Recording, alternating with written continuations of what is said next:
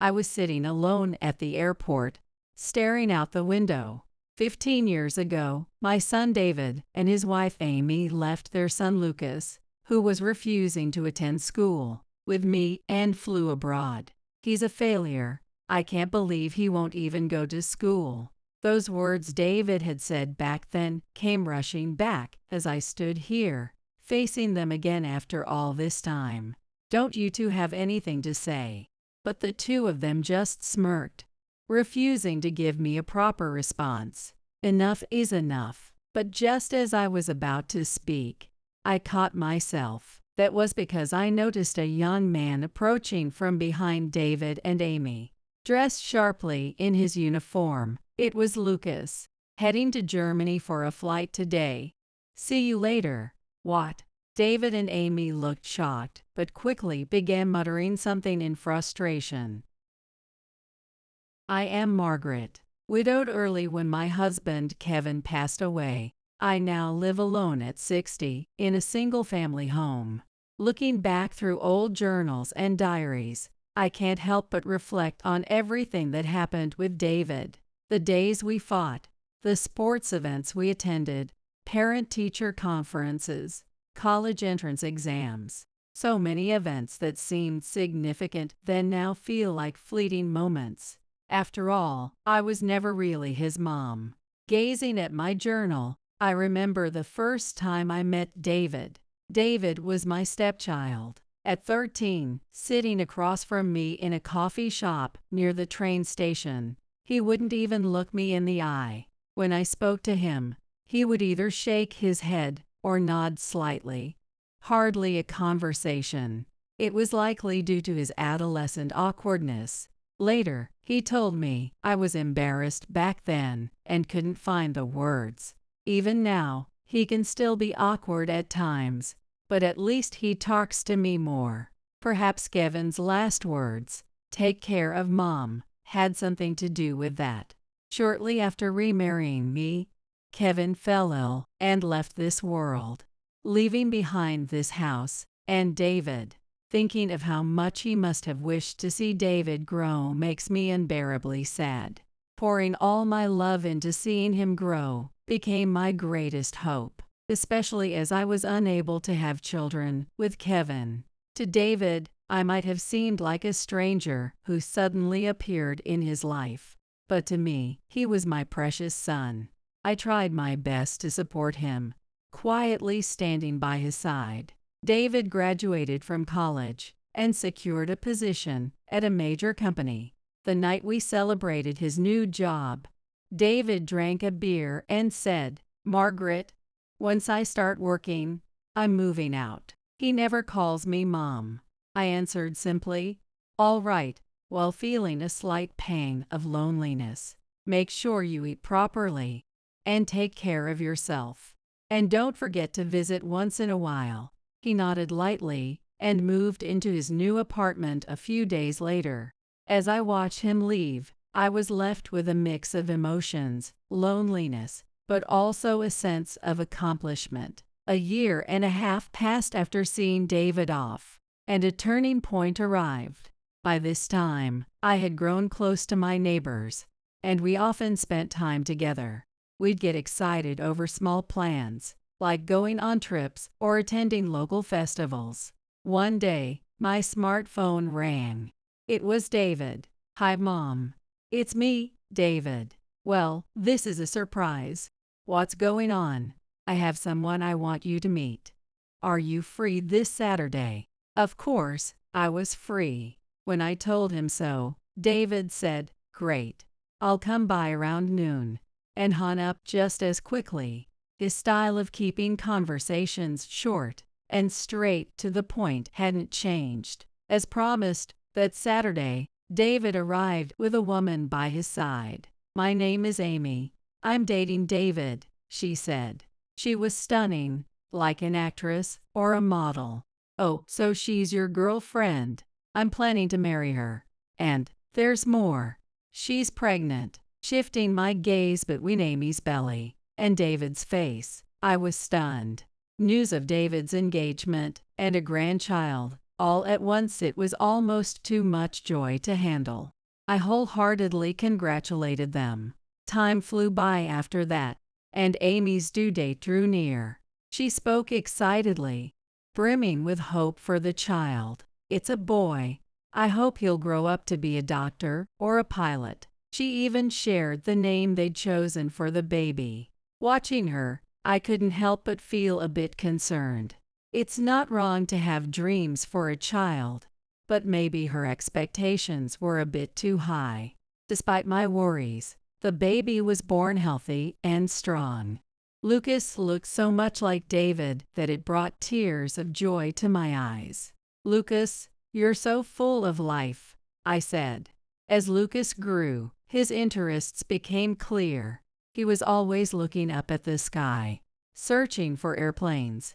And at home, he was so engrossed in airplane books that Amy complained he wouldn't even eat. When I gave Lucas a tour airplane, his eyes lit up. "Wow, an airplane.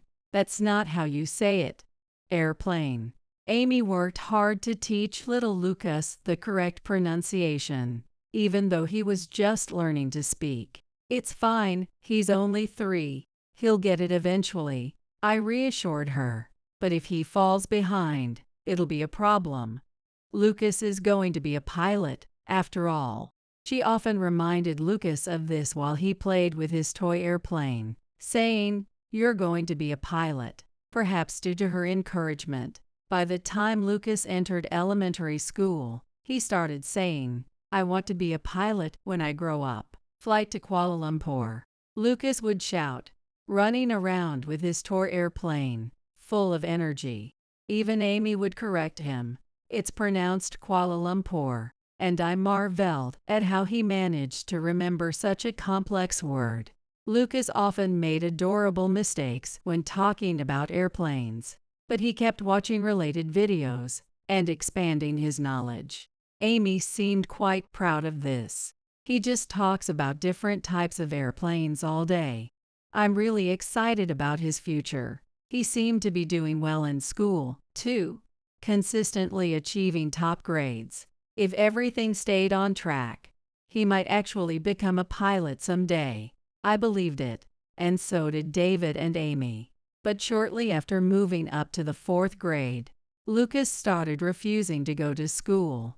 I listened in surprise as David and Amy came to me for advice. He says it's not because of any trouble with friends or bullying. David looked visibly confused. Amy appeared anxious as well. "He just says studying isn't fun anymore. I thought about enrolling him in a tutoring center, but he doesn't want that either." "But if his grades are good, how can studying not be enjoyable?" I found it puzzling.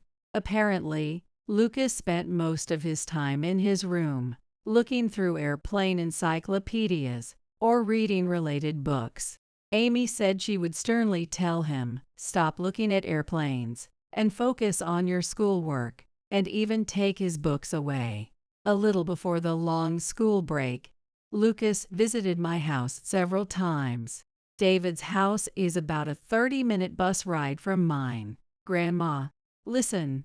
The other day, I saw a plane flying over there in the sky." He enthusiastically described the color, shape, and how it was probably heading to Los Angeles International Airport, all while sketching an airplane in his notebook. His drawings were incredibly detailed, down to the national flags painted on the planes.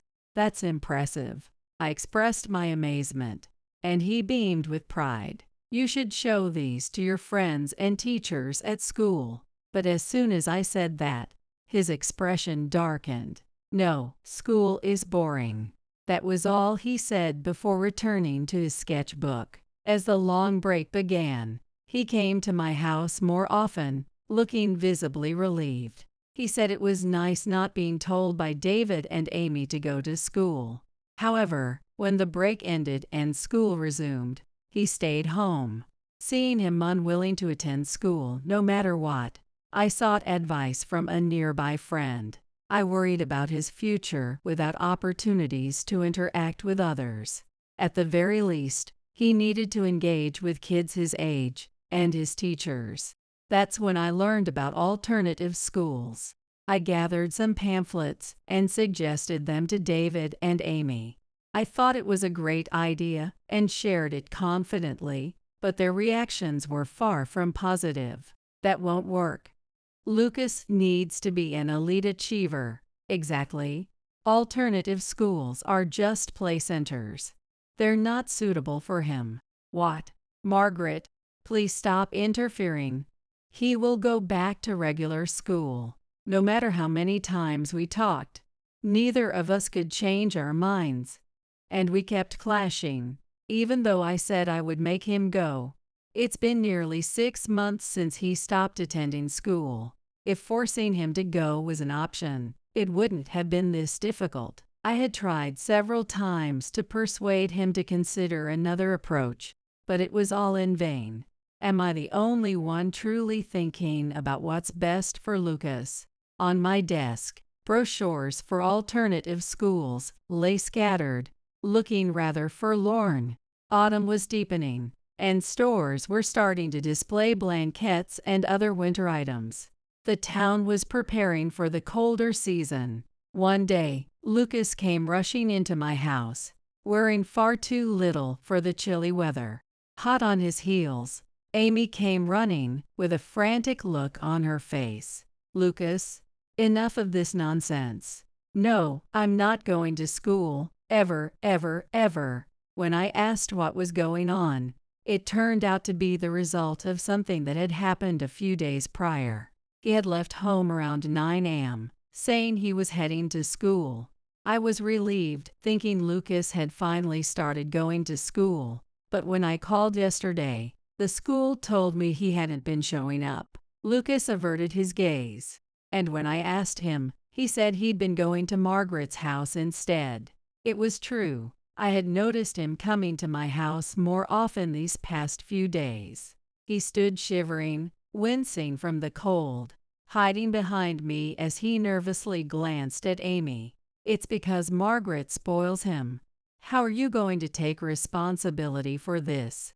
It felt unfair to be blamed for this situation. If anyone should apologize for lying about his whereabouts, it was Lucas.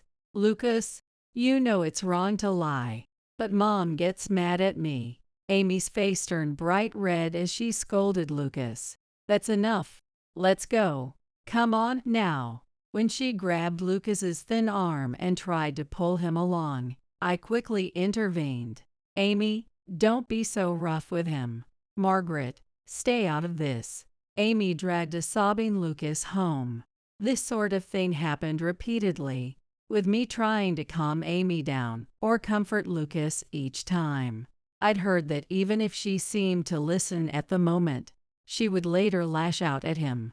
Because of this, I eventually found it hard to say anything to her. At the same time, Amy started asking me to handle school events on her behalf, leaving even the teachers troubled. As I was pondering what to do, Lucas handed me his tablet. Grandma, I want to read this. It was an e-book, a specialized text about airplanes, meant for adults. It seems really difficult. Lucas slightly pouted and whispered, but I want to read it. These days, he absorbed everything he could about airplanes. He would watch TV programs and read magazine features, even taking notes diligently. Knowing this, I decided to buy the book for him, thinking it might fuel his interests. He spent the entire day staring at the tablet screen, engrossed in the e-book. He wouldn't touch schoolwork, yet his passion for airplanes was remarkable. And yet, after finishing that book, he wanted to dive into another one. And then he asked to visit the airport. As I continued to indulge his fascination with airplanes, I came to realize something. He wasn't struggling with school because he lacked intelligence. If anything, he absorbed information so quickly that he couldn't adjust to the pace of a traditional classroom. Why didn't I notice this sooner? No wonder he resisted going to school. Once I understood this, I stopped pressuring him to attend school or even alternative programs. I decided to let him pursue his interests as much as he wanted. Of course, David and Amy had plenty to say about it, but I brushed it all off. Time flew by, and Lucas turned 14. At an age when most kids are in middle school attending classes, he spent his days reading every book, manual, and even international papers about airplanes. People asked if I was worried, but I wasn't. I trusted him completely.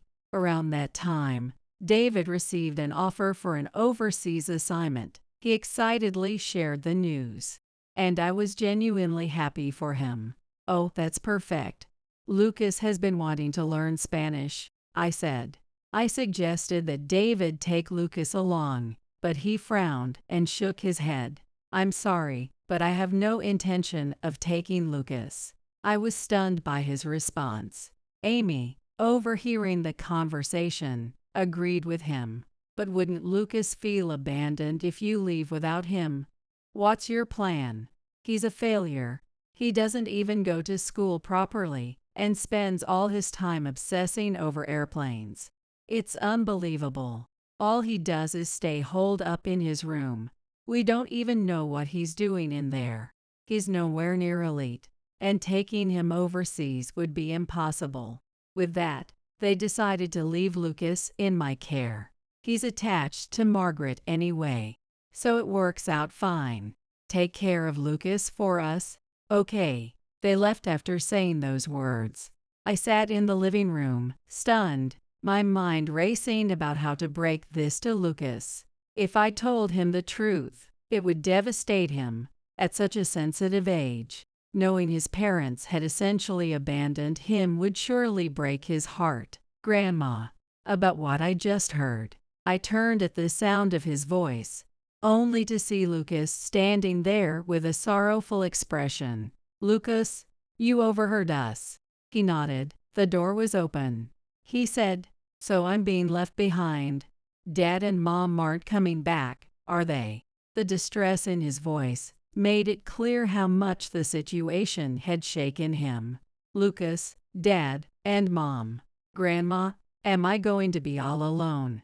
Tears welled up in his eyes as he spoke. The pain of hearing him say such things was unbearable.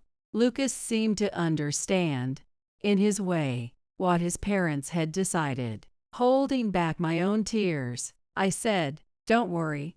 Dad and Mom are just going far away for work. They'll come back as soon as it's over." "Really? Are you sure?" "Yes. Until then, you and I will stay here together. It'll be just fine." I noticed, albeit faintly, a glimmer of hope in his eyes at that moment. "Yeah, I'll do that. I'll live with Grandma." After that, David and Amy flew overseas. They sent me a picture from the airport with the message, "We're off." Using an overseas assignment as an excuse to leave Lucas behind must have been convenient for them. I couldn't help but feel a little annoyed at how carefree they seemed about leaving Lucas. "All right, I'll make sure Lucas is happy." I whispered this to myself, making a firm decision. They entrusted Lucas to me but made it clear they had no intention of providing financial support or child-rearing expenses. They even suggested I use Kevin's inheritance, as if it were their decision to make. Of course, I intended to do so, but there were limits, and I had no choice but to work. I looked for a cleaning job suitable for someone my age, and worked diligently 3 to 4 days a week. Previously, I used to enjoy leisurely gatherings with neighborhood friends, but now I couldn't coordinate my schedule with theirs. Most of my income went toward Lucas's education. I wanted to invest in anything that piqued his interest, or any place he wanted to go. Eventually, he expressed a desire to attend an alternative school, not just to study Spanish, but I want to make friends too. I was genuinely surprised when he said this. However, I quickly agreed and pulled out brochures from alternative schools, considering which might be the best fit. Each school had different philosophies, so I looked for one that would align with his aspirations.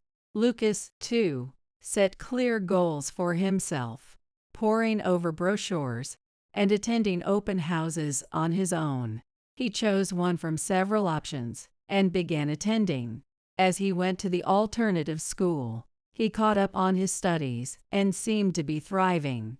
I felt relieved seeing him so engaged. He absorbed knowledge rapidly and soon grew to a level where he could consider taking high school entrance exams. There were minor rebellious phases, but they were mostly trivial, and I didn't pay much attention to them. After a year at the alternative school, he made friends and often studied with them at the library, helping each other out. "Grandma, can I bring some friends over today? We want to study together." "Of course.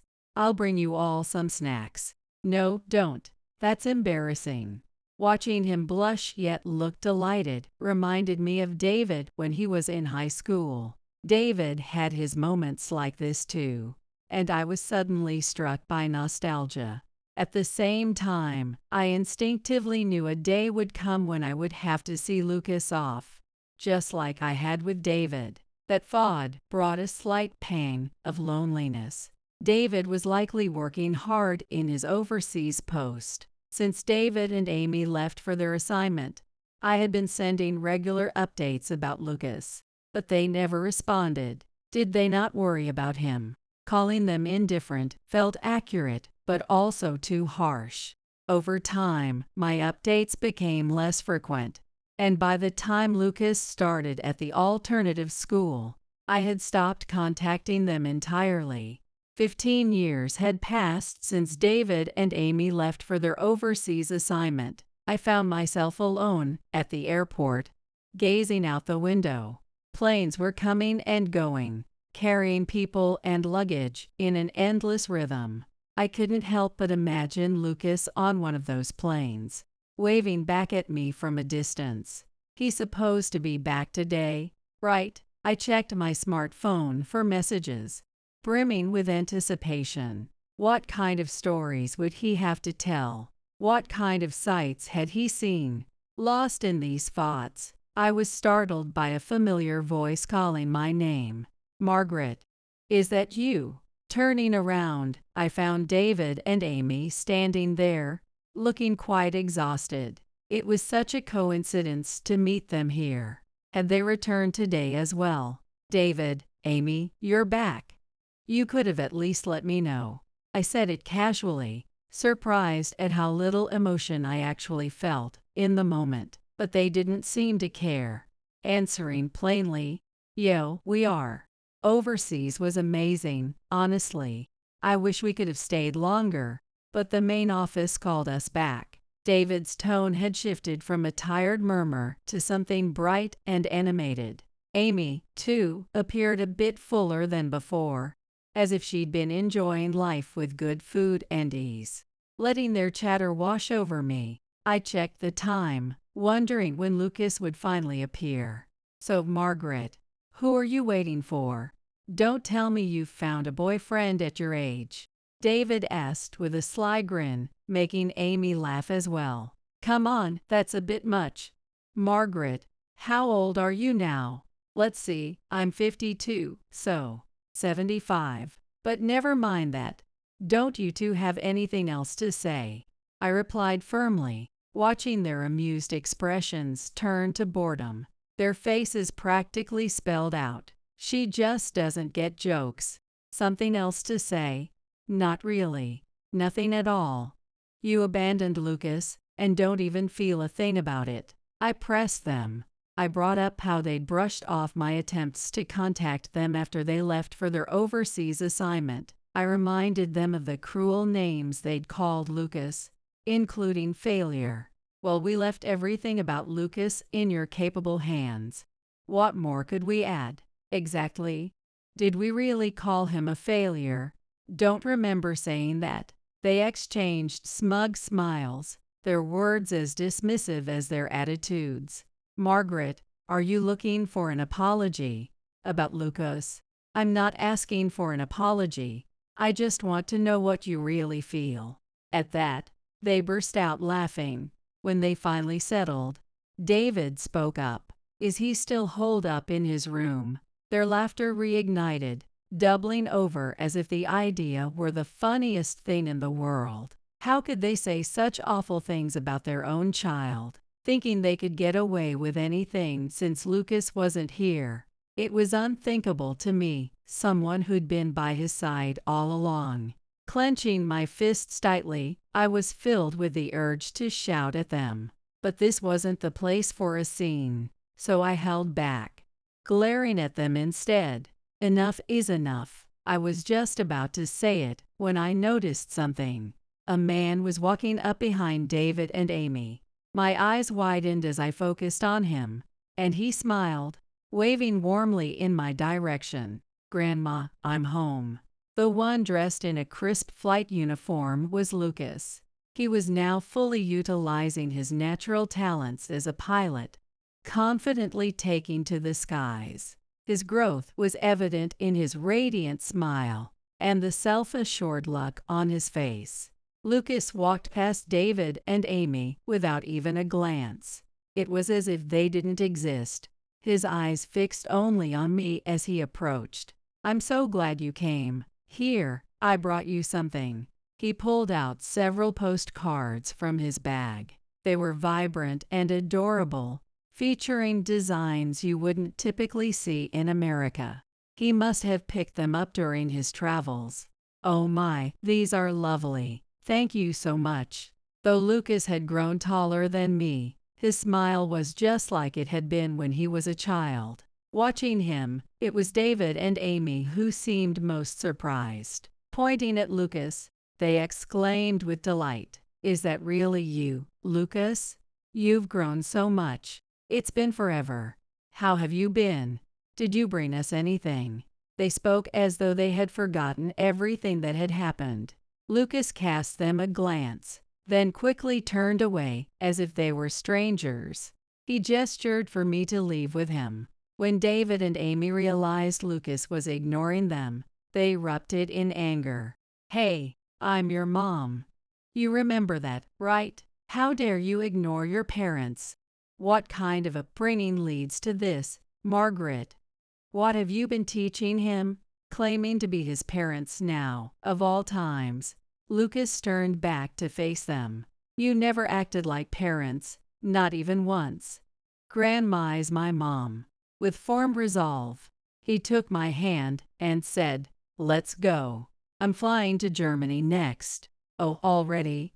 You're such a brilliant pilot." As he started walking, I followed alongside him. He seemed to slow his pace slightly, matching it to mine. He spoke excitedly about the views from the cockpit, making me feel as if I were soaring alongside him. I glanced back briefly, wondering why David and Amy weren't following.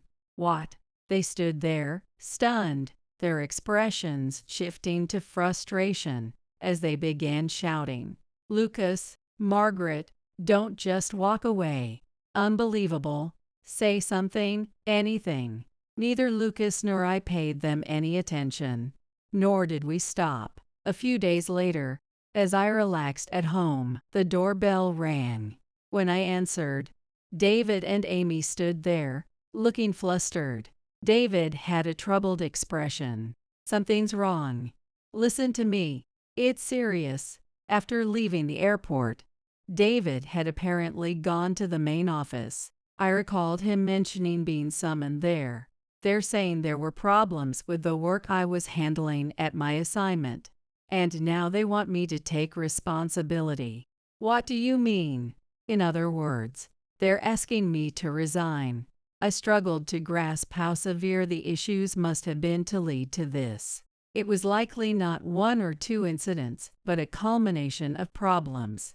Considering David's age, finding a new job after this would be a significant challenge. "Margaret, please, help us reconcile with Lucas. And then, tell Lucas to support us financially." David and Amy seemed to recall that Lucas had become a pilot, and now wanted him to use his income to support them. I was stunned and irritated by their incredibly self-centered request. leaving me momentarily speechless. As they continued to push closer, I felt nothing but growing disgust toward them. Do you even realize what you're saying? He's our son. It's his duty to take care of us. Exactly. Don't you think it's heartless, Margaret, to let Lucas abandon us like this?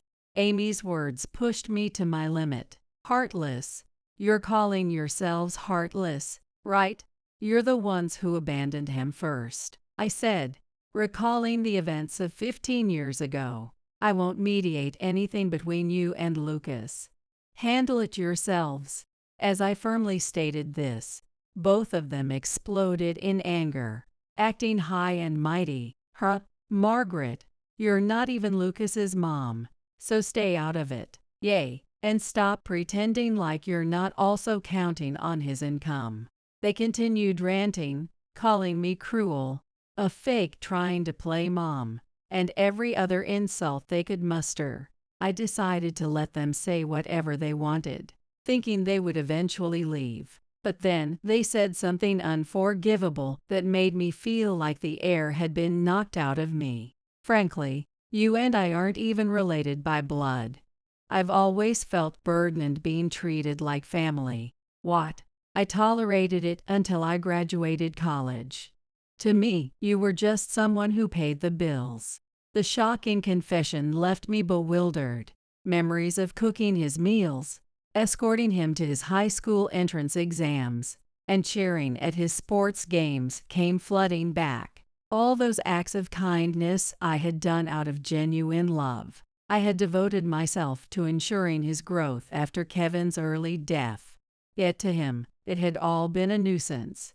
Unable to meet his eyes, I stood frozen in shock. Just then, the door unexpectedly opened, and Lucas walked in. We had planned to have dinner together tonight for the first time in a while. But now he stood there, trembling with rage, glaring at David. Dad, what do you mean by that? Is it true? David, undeterred, turned to face Lucas. Lucas, perfect timing. We were just talking about you. Look, we're family, aren't we? David insisted, emphasizing that their blood connection made them true family, which is why I'm asking for something. You see, we need, Dad, stop saying ridiculous things, Lucas said, his tone thick with anger. Grandma raised you, even though you weren't her blood. How dare you say something like that? Apologize to her. Lucas shouted at David with a fury I had never seen before. Blood doesn't matter. Someone who says otherwise isn't my family. What did you just say? Lucas, how can you say that? You're our son. Amy's voice trembled, but Lucas turned his gaze to her with even more anger. I'm not your son anymore. I've become Grandma's adopted child. David and Amy were left stunned by his words, their mouths hanging open in disbelief. Their jaws seemed to drop so wide that they might never close again. But Lucas continued, Listen, I have no intention of taking care of you or lending you money. Get out, right now. No way. Lucas, are you brainwashed by Margaret or something? Amy, still trying to argue, was immediately cut off by Lucas. This is my decision. Both of you leave. Overwhelmed by Lucas's intensity, David and Amy had no choice but to leave the house. As I watched their dazed figures walking away, I wondered if I was dreaming. I thanked him and enjoyed a peaceful dinner that evening. Years passed after David and Amy had forced their way into our home. Since that day, I hadn't seen them, but I was shocked when they suddenly showed up again. This time, they weren't just distressed, they were crying. Though I had no interest in listening, David began speaking anyway. I feel so out of place at work. He explained that although he had been told to take responsibility for a situation, he managed to apologize and keep his job. However, he had been frequently transferred and left without meaningful work in an attempt to redeem himself. he got involved in a new project. At first, things seemed to go well, but David, confident in his past experience abroad, pushed forward in a way he thought would work. But this was an American company. Unsurprisingly, his approach backfired, earning him cold stares from his colleagues and subordinates. Eventually, David found himself completely isolated. By the time he realized it, the project had been wrapped up without him. Since then, he had been sidelined at his current job, and now he was on the verge of being forced to resign. But that wasn't all. Amy had been spending recklessly, and had even accumulated debt. I never thought it would come to this. David always said everything was fine, so I believed him. Still, why did you go into debt? I didn't have a choice. We needed the money. I had no words for their story. I simply stared at the two of them. Margaret, could you arrange for us to talk to Lucas one more time, just once? David begged, saying he genuinely wanted to speak with Lucas this time. I thought about it. What could Lucas possibly say to them at this point? Learning that his estranged parents had lost their jobs and were now in debt wouldn't change anything for Lucas. I had reached my limit with their attempts to interfere in Lucas's life. Stop trying to involve Lucas in your mess. You need to live your own lives. You're adults, be independent. But, are you seriously going to keep pushing? I'll call the police. I grabbed my smartphone and started dialing. Panicked, David and Amy quickly fled. As I watched their retreating figures, I firmly shut the front door. I locked it and finally felt at ease. Since that incident, I haven't heard a word from them. I decided to assume that they were managing on their own somewhere and didn't reach out to them myself. After all, they said I was a burden, so there was no need to concern myself unnecessarily. Still, I occasionally received news about them from somewhere. Rumor had it that David had changed jobs. For someone over 50, I was surprised he found a new position. However, it seemed like the transition was a failure, as he was now being pushed into unfamiliar field work. For someone used to desk work, it must be an incredibly tough job. How long he could last was anyone's guess. I also heard that Amy was working part-time at a supermarket. A neighbor who happened to see her shared this with me. She looked worn out, working in a simple, cheap shirt, appearing drained of energy. It was probably her way of repaying the debts she had accumulated, which seemed like a natural consequence. Together, the two of them seemed to be a mess, and I sighed deeply at the thought. As for me, I had quit my cleaning job some time ago and spent my days meeting with nearby friends. At our age, most conversations revolved around illnesses or injuries. Even so, we laughed and made plans for the coming year. I also had another worry. What if David and Amy showed up again? To prepare, I installed a security camera at the front door, but it mostly just caught neighborhood cats passing by. Still, I couldn't quite calm my mind. One day, I shared this concern with Lucas, and after thinking for a moment, he said, "Why don't you move?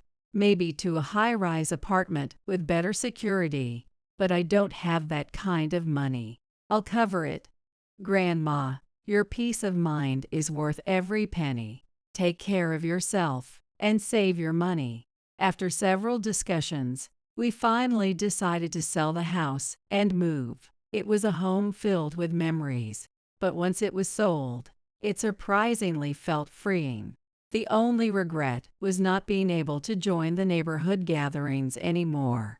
I was at a loss for words when they expressed their sadness, but we promised to meet once a year for a trip. He purchased a unit in a high-rise apartment for me and handled all the procedures. In that area, there was little chance of running into David or Amy, and shopping became much easier. "If you ever need anything, just let me know," he said with a confident smile. I felt like he had already done enough for me, and there was nothing more I could ask for. If I could wish for one thing, it would be to attend Lucas's wedding. Perhaps that's asking for too much, I murmured to myself as I opened my journal and reminisced. As I flipped through the pages, my hand paused. I had written about the day Lucas boarded a plane for the first time as a pilot, the day I patted his back, encouraging him as he looked nervous. From the boy who only stared at airplane illustrations, he had grown into someone truly admirable. Whenever Lucas took a long vacation, he always took me on trips. He called it paying back, saying we could go anywhere, domestic or overseas. Most of the time, we stayed within the country, but one day, I asked him, "Don't you have a girlfriend?" Lucas smiled awkwardly and said, "Actually," showing me his smartphone screen. There was a woman with a warm, gentle smile looking back at me. Stay out of the way, older lady, and just celebrate Christmas there. It seems that after being invited to spend the Christmas vacation together, Margaret has been kicked out of the house. First things first, I need to tell Jeffrey about Margaret's true nature. Somehow, I'll expose Margaret's facade. I refuse to be family with someone like her. I am Michelle, 72 years old, living with my son, Jeffrey. That's because Jeffrey is nearing 40, still single, and my husband passed away 3 years ago. Jeffrey used to live alone, but he moved back home when he changed jobs, and it was closer to his workplace. Our current house is a single story, which might look new at a glance, but was actually remodeled a while ago. It used to be a nearly broken down place, but we remodeled it on my husband's insistence due to years of deterioration and poor fittings. As a result, the remodeled house has become comfortable and clean. From this perspective, my husband seemed like a family-loving man who decided to remodel for our comfort, but in reality, it wasn't so, and he was a source of long-term trouble. He was a traditional, stubborn man outside, but free-spirited. At home, he acted as if he was the center, imposing his rules, and would berate me if I deviated slightly from what he wanted. His favorite phrase was, "Who do you think provides the food here?" However, he was out playing poker, horse racing, and casinos, leaving us with barely enough to live on. Still, he acted arrogantly in front of me and Jeffrey. He would cancel family outings for poker or miss school events, not just once or twice. I could have divorced him and raised Jeffrey alone, but I refused to be defeated and stayed until the end. Jeffrey, too, endured silently in front of his father, never showing tears. My husband left us with a small inheritance, this remodeled house, and, most importantly, my dear Jeffrey, when he passed away from illness. For me, having my beloved son means I'm not lonely. Jeffrey, unlike his father, has always been kind from a young age. He's selflessly caring and can't ignore someone in trouble, but he's also self-sacrificing, hesitant to express his opinions, and tends to be swayed by others. I'll never be like my father. He has often put himself in difficult situations to help others. He once lent his notes to a classmate, never got them back, and his test results suffered. Despite wanting to join a club he liked, he ended up in one he wasn't interested in because a friend asked him. My friend said he wouldn't know anyone else in the club, so he asked me to join with him. Despite his selfless nature, I worry his excessive kindness might lead him into trouble someday. His current workplace has a good environment, but it's mostly male, with little talk about women. Now that my husband is gone, I'd be alone if Jeffrey marries. Though it would be lonely, I hoped he would meet a wonderful woman and start a family. Then one day, Jeffrey made a sudden confession. "I've promised to marry someone. I want her to meet you, Mom." I was overjoyed, almost jumping up. Jeffrey, nearing 40, working among men, commuting between work and home, living with his mother, he's not the most sought-after type. That a woman wants to marry him is such a joy. If things go smoothly, and Jeffrey marries her, he will of course leave my side. It would be a lie to say I wouldn't feel lonely, but as a mother wishing for Jeffrey's happiness, I couldn't be happier. If you've chosen her, I definitely want to meet her. What's she like? She's a hardworking woman I met at a party a senior took me to 6 months ago. She has the strength and resilience to overcome tough times, which made me think we could build a home together. That's why I want to introduce her to you, Mom. Jeffrey's eyes sparkled as he spoke, a look I had never seen before.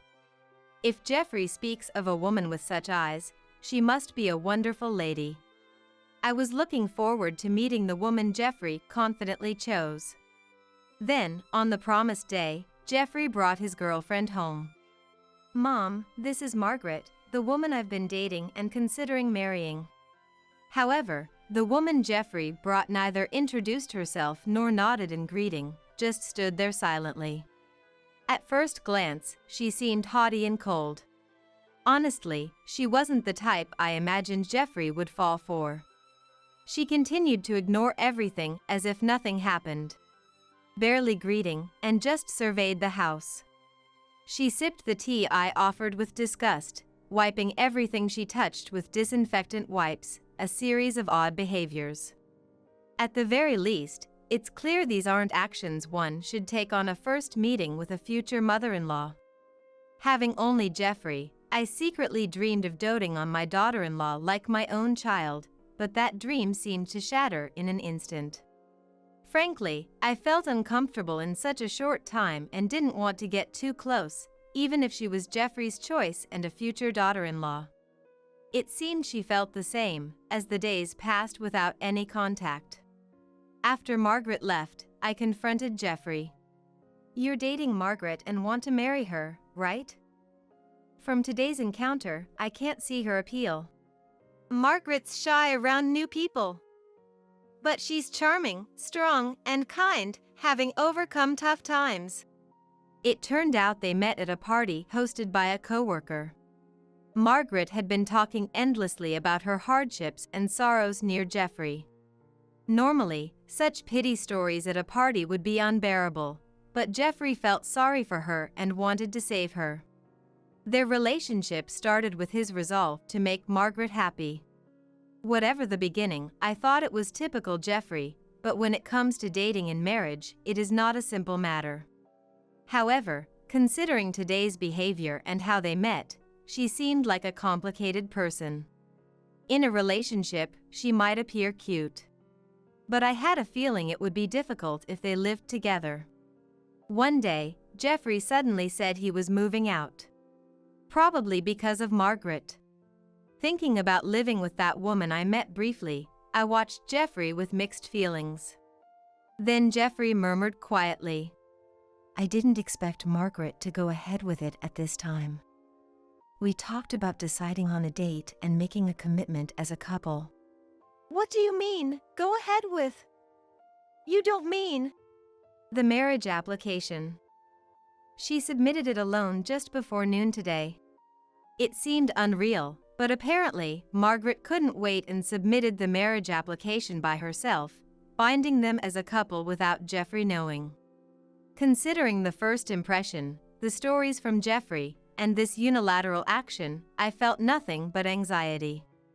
I'm worried. Are you sure it's okay? It's fine. Margaret is a kind woman. Oh, I got a message from Margaret. She wants you to choose your wedding gift from these options. When I checked the items Margaret had sent, they were all worth several $1,000s. Even for my son's wedding, that's not an amount I can easily afford. Margaret's actions showing such rudeness upon meeting, submitting a marriage application without Jeffrey's knowledge to become a couple, and then demanding ultra-expensive home appliances were simply too audacious. It was surprising that Jeffrey chose someone like her as a life partner, but to celebrate his new beginning, I decided to gift them a state-of-the-art, high-performance air conditioner. Margaret wants this air conditioner, so I guess this will be my wedding gift to you too, all right? Mom, thank you. I appreciate you listening to Margaret's request. It wasn't cheap for me either, but I splurged for the sake of Jeffrey and his beloved's new life. Even after installing the air conditioner Margaret wanted, I received neither thanks nor any contact from her. Is this how people are nowadays? Time passed without any particular communication from Jeffrey or Margaret. They were living in an apartment in the next town, less than an hour's drive from my house, but I heard nothing from them. It's not too far for a visit, but they must be busy with work and their newlywed life, I thought, so I refrained from contacting them. However, a situation arose where I had to reach out. My brother, Jeffrey's uncle, had passed away. He was an uncle to Jeffrey, too, who had loved him when he was a little boy, although he was in contact with him less frequently now. Jeffrey was fond of him as a child, and I wanted him to attend the funeral, even if he couldn't make it to the wake. Having not spoken for a while, I wanted to hear his voice and called. But no matter how many times I called Jeffrey's mobile, it wouldn't connect. Even worse, when I tried the next day, I got a message saying the call couldn't be connected. It seemed like I was blocked. The kind Jeffrey, who always stayed in touch over small matters, blocking me. Hard to believe, but with no way to contact him and the funeral not waiting. It proceeded without the Jeffrey couple. Half a year later, Margaret suddenly contacted me. Michelle might be lonely this summer, and Jeffrey has a middle school reunion around the end of the year, so he wants to let loose. Can we spend Christmas vacation at your place? She brought up spending Christmas at my house, without mentioning the wedding gift or the blocked calls during the funeral. To her, maybe those incidents weren't a big deal. It seemed Margaret didn't even consider the possibility of me refusing. Despite my reservations about spending time under the same roof as Margaret, I agreed, hoping to see Jeffrey after so long. Sure, that's fine. I look forward to seeing you both. It's been a while. Then at Christmas, they visited my house. There was a slight discomfort with them around. They were always together. Not in a lovey-dovey or happy way, just together. Margaret followed Jeffrey even to the bathroom or when he needed to fetch something. At first, I thought she had business in the same direction, but it seemed not. It might sound harsh, but Margaret's gaze and movements suggested she was monitoring Jeffrey, ensuring he didn't do anything unusual. I was shocked when I caught a glimpse of Jeffrey's face as I stood up to serve tea. Jeffrey was looking down, avoiding eye contact with Margaret. I struggled to understand why they were in such a situation. But the reason for their behavior would become clear later. In the evening, Jeffrey left for his middle school reunion. Feeling awkward alone with Margaret, I stood up to clean. As usual, I started vacuuming, but suddenly the vacuum cleaner stopped. Why? It was working fine yesterday. At that moment, with a loud bang and a strong impact, I found myself knocked over. In the moment, I couldn't grasp what was happening, but I was kicked out into the garden along with the vacuum cleaner. Luckily, I was wearing thick socks, but with the snow outside, I'd freeze if I stayed there. Who would do this? A suspicious person? A burglar? As I tried to get up, I saw it was Margaret who had thrown out the vacuum cleaner and me. Older lady, celebrating Christmas out here suits you. What? Wait, Margaret, do you realize what you're doing? Shut up, older lady. I'm looking forward to fun times while he's gone. It'll be a great night without you in the way, so don't interfere. Saying that, Margaret started making a phone call to someone.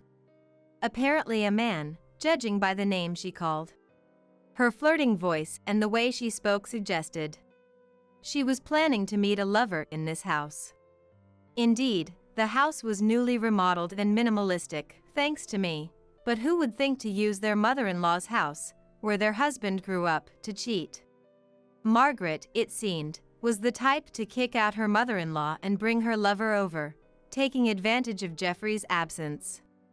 Margaret is the kind of person who would take advantage of her husband going to a reunion and kick me, her mother-in-law, out of the way because I was in the way and kick me into the snowy yard. Well, I had a plan too. I put on an old pair of shoes and a jacket from the shed and decided to fight back. Firstly, I doubted Jeffrey knew about the affair. Even Jeffrey, who is kindness personified, would surely react if he knew his beloved wife was cheating on him. I needed to contact Jeffrey immediately and have him witness the affair about to happen in this house.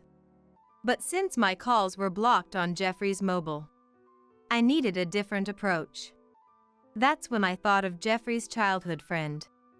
They had been close through college and often dined together even after graduating.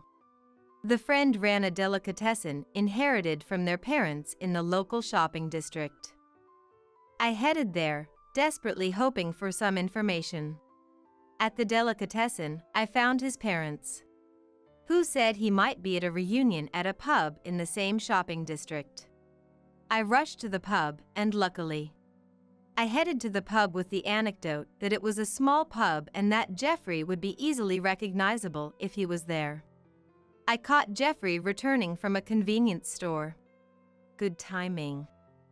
Margaret kicked me out of the house. She's planning to spend time with some man there. I heard her talking on the phone. Do you know anything about this? What? Margaret cheating? No way! Jeffrey immediately left the reunion and headed to my house. I wanted to go too, but he said it was too dangerous since we didn't know who the man was and asked me to stay away. I hid in a nearby business hotel, leaving the matter between Jeffrey and his wife to him. The next day, when I returned home, I found Margaret beaten up in the garden, naked. Older lady. Don't you care to help your daughter-in-law? I can't even get into the house. How did you raise your son? I couldn't believe the gentle Jeffrey would beat his wife to such an extent and leave her in the garden. Entering the house, I found Jeffrey drinking coffee. Margaret is naked in the garden. What happened? I don't know. She was arguing with her lover last night, so maybe that's it? She's going to be nothing to me now, so it's not my business.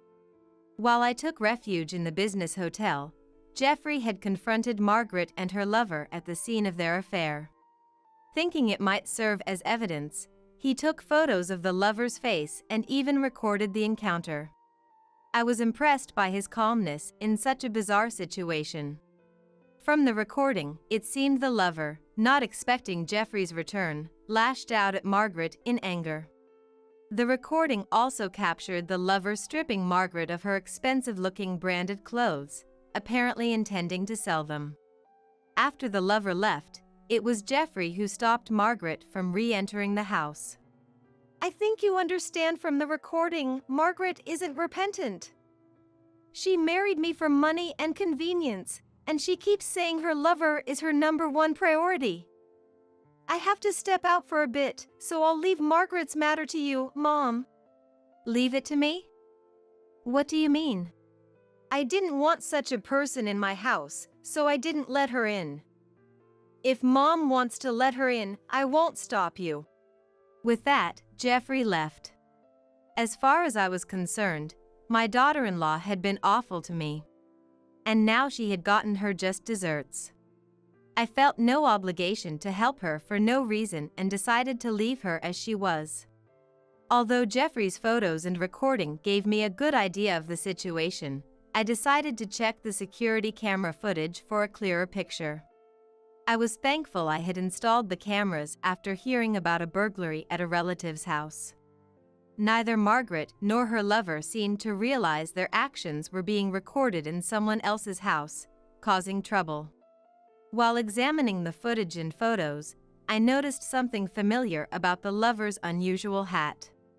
As I was pondering this, the noise outside caught my attention, accompanied by the doorbell. When I opened the door, there was a police officer. It turned out Margaret had played the victim to the neighbors, leading to a report of an injured, naked woman in the garden. Sorry for the disturbance, officer. Margaret got involved in some trouble, but neither Jeffrey nor I saw her get injured. We have security cameras, so we can explain what kind of trouble it was. I shared the events of the previous night, along with the evidence from the cameras and photos. The police seemed to understand that Jeffrey and I were not involved. However, they couldn't leave an injured, naked woman in the garden in the middle of winter. Margaret was taken away in a police car. Suddenly, I remembered who the man in Jeffrey's photos of the lover was. Just then, Jeffrey returned. Mom, I'm back. I filed for divorce. Margaret and I are now complete strangers. Divorce? What do you mean? Margaret has been throwing tantrums when things don't go her way since we got married. I've tried to meet her expectations, but at some point, she started using a pre-filled divorce form as a threat. Jeffrey, having fallen for Margaret, had tried to fulfill her wishes. But Margaret exploited his willingness, acting tyrannically. When things didn't go her way, she used the divorce form as leverage. Hearing this, I was at a loss for words. But then I remembered something and shared it with Jeffrey, who suddenly stood up with an idea, leading me to the police station where Margaret was being temporarily held. Waited for you, Jeffrey. I knew you'd come. You're my dear husband, not heartless enough to ignore your wife in this state. What are you saying? We're strangers now. I just came to tell you something with Mom. What do you mean? A bad joke? I understand this older lady coming to apologize, but strangers? Margaret must have thought Jeffrey was coming to rescue his beloved wife and expected me to apologize for leaving her in the garden. I submitted the divorce papers with your section filled out, Margaret. We're no longer a couple. What? What are you doing, Jeffrey? Remember when you submitted the marriage application without permission? It's too convenient that it's okay when you do it to others, but not when it's done to you, right?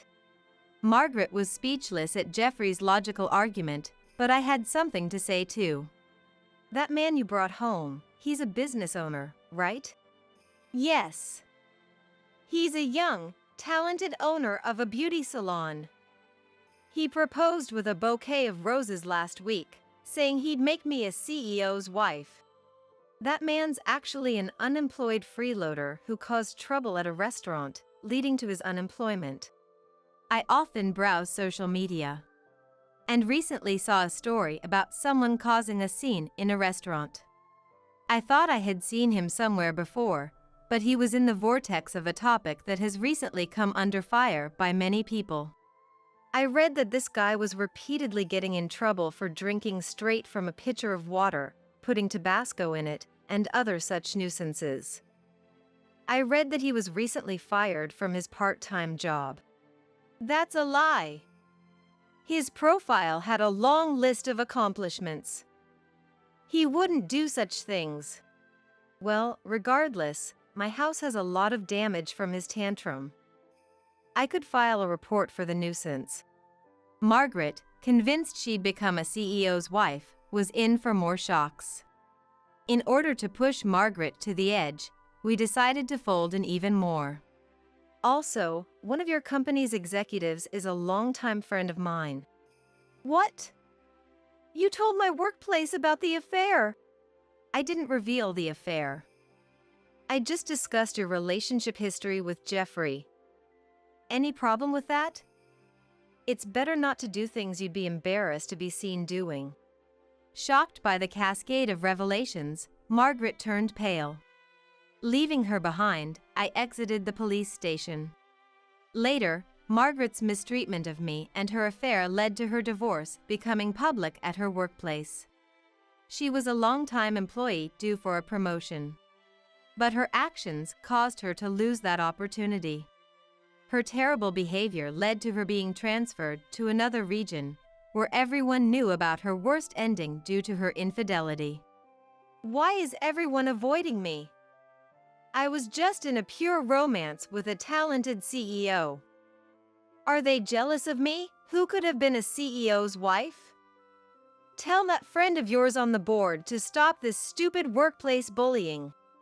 You think you're being ostracized and bullied just because you're out of place after being transferred? That's a naive way of thinking. There's nothing I can do about it.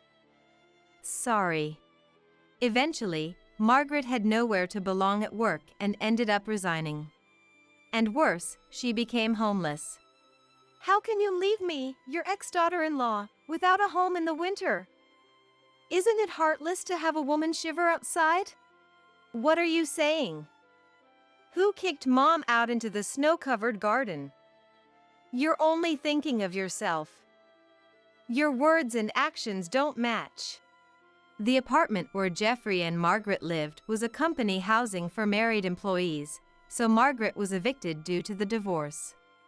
Despite this, Margaret, not giving up, repeatedly harassed Jeffrey. You're there, aren't you? How can you not help your wife in trouble? Don't you have any kindness? You expect kindness from others while ignoring your own actions? But I guess explaining this is useless. Not satisfied with harassing Jeffrey, Margaret also came to my place, even following me to the supermarket. Can you leave your daughter-in-law in this situation? Would you do the same to your son? Your son abandoned his troubled wife. Abandoned? Troubled daughter-in-law? You brought this upon yourself. Remember your actions? I don't consider you a daughter-in-law. Each time, the security system activated or bystanders called the police, making Margaret known as a troublemaker in town. Exhausted by her persistence, Jeffrey and I consulted the police and obtained a restraining order. Margaret, looking for a new target, started attending matchmaking parties, but with no money, job, or proper appearance. She was turned away at the door, becoming infamous as a party crasher. Finally, Margaret's assaults stopped, and we live in peace. Mom, I was out of my mind back then. Margaret cut me off from home, screamed at me all day. I've finally come to my senses. I'm so sorry. Jeffrey and I are living together again. Whether Jeffrey remarries or stays with me, I'm happy as long as he shows true kindness to others. My name is Miranda. I'm 41 years old. I work as an office staff member at a logistics company. Right now, I live with my middle school-aged son and my husband, Cody, who is the same age as our son. Sigh. Cody let out a deep sigh while checking the position of his tie in the mirror. His face looked gloomy. Starting today, I'll be on a business trip again. I won't be back for a week. His business trips have increased over the past few years, happening at least once a month. He also frequently spends weekends away from home, and he seems exhausted. I'm feeling grateful for his efforts to support our family. Said this, "Oh, it's your mistress and your secret child's birthday, isn't it?" What? Cody froze mid-action, halting his grooming in front of the mirror to glance at me through its reflection. What did you just say? Oh, I said it's your mistress and your secret child's birthday.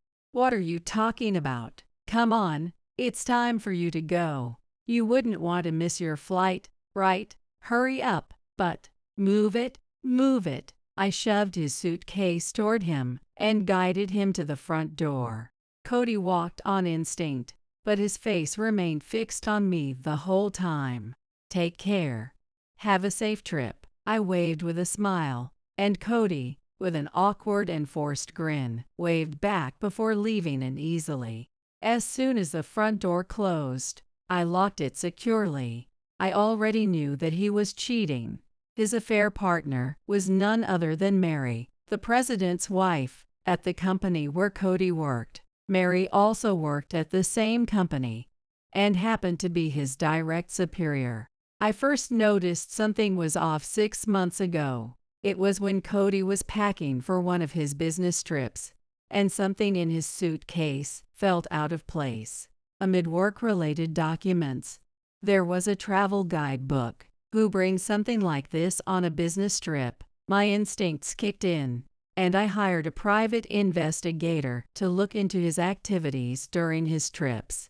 As it turns out, my suspicions were correct. Your husband indeed went on the business trips as scheduled. However, he was seen holding hands with a woman in public, and they stayed in the same hotel room. What? The investigator laid out several photos on the table. I can't believe it. An affair with someone from his workplace.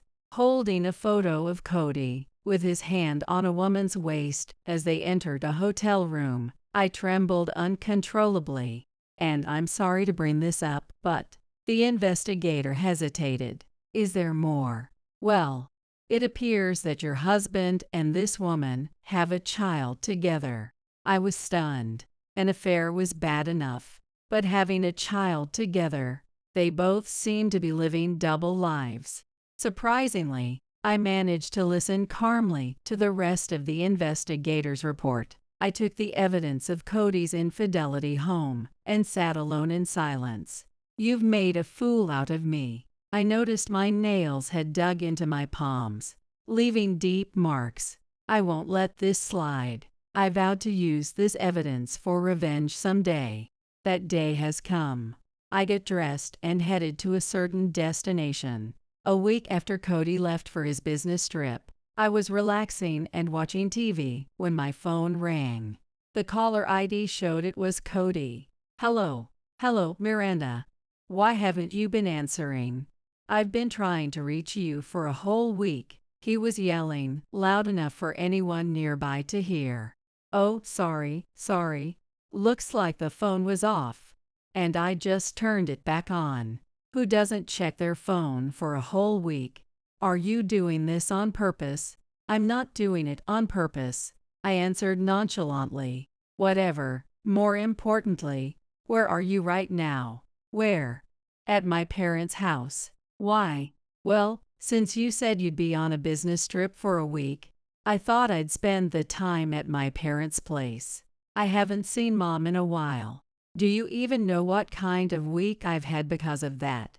Not really. The day I left, I got to the airport, only to find out my flight was mysteriously canceled. When I tried contacting the company, no one answered.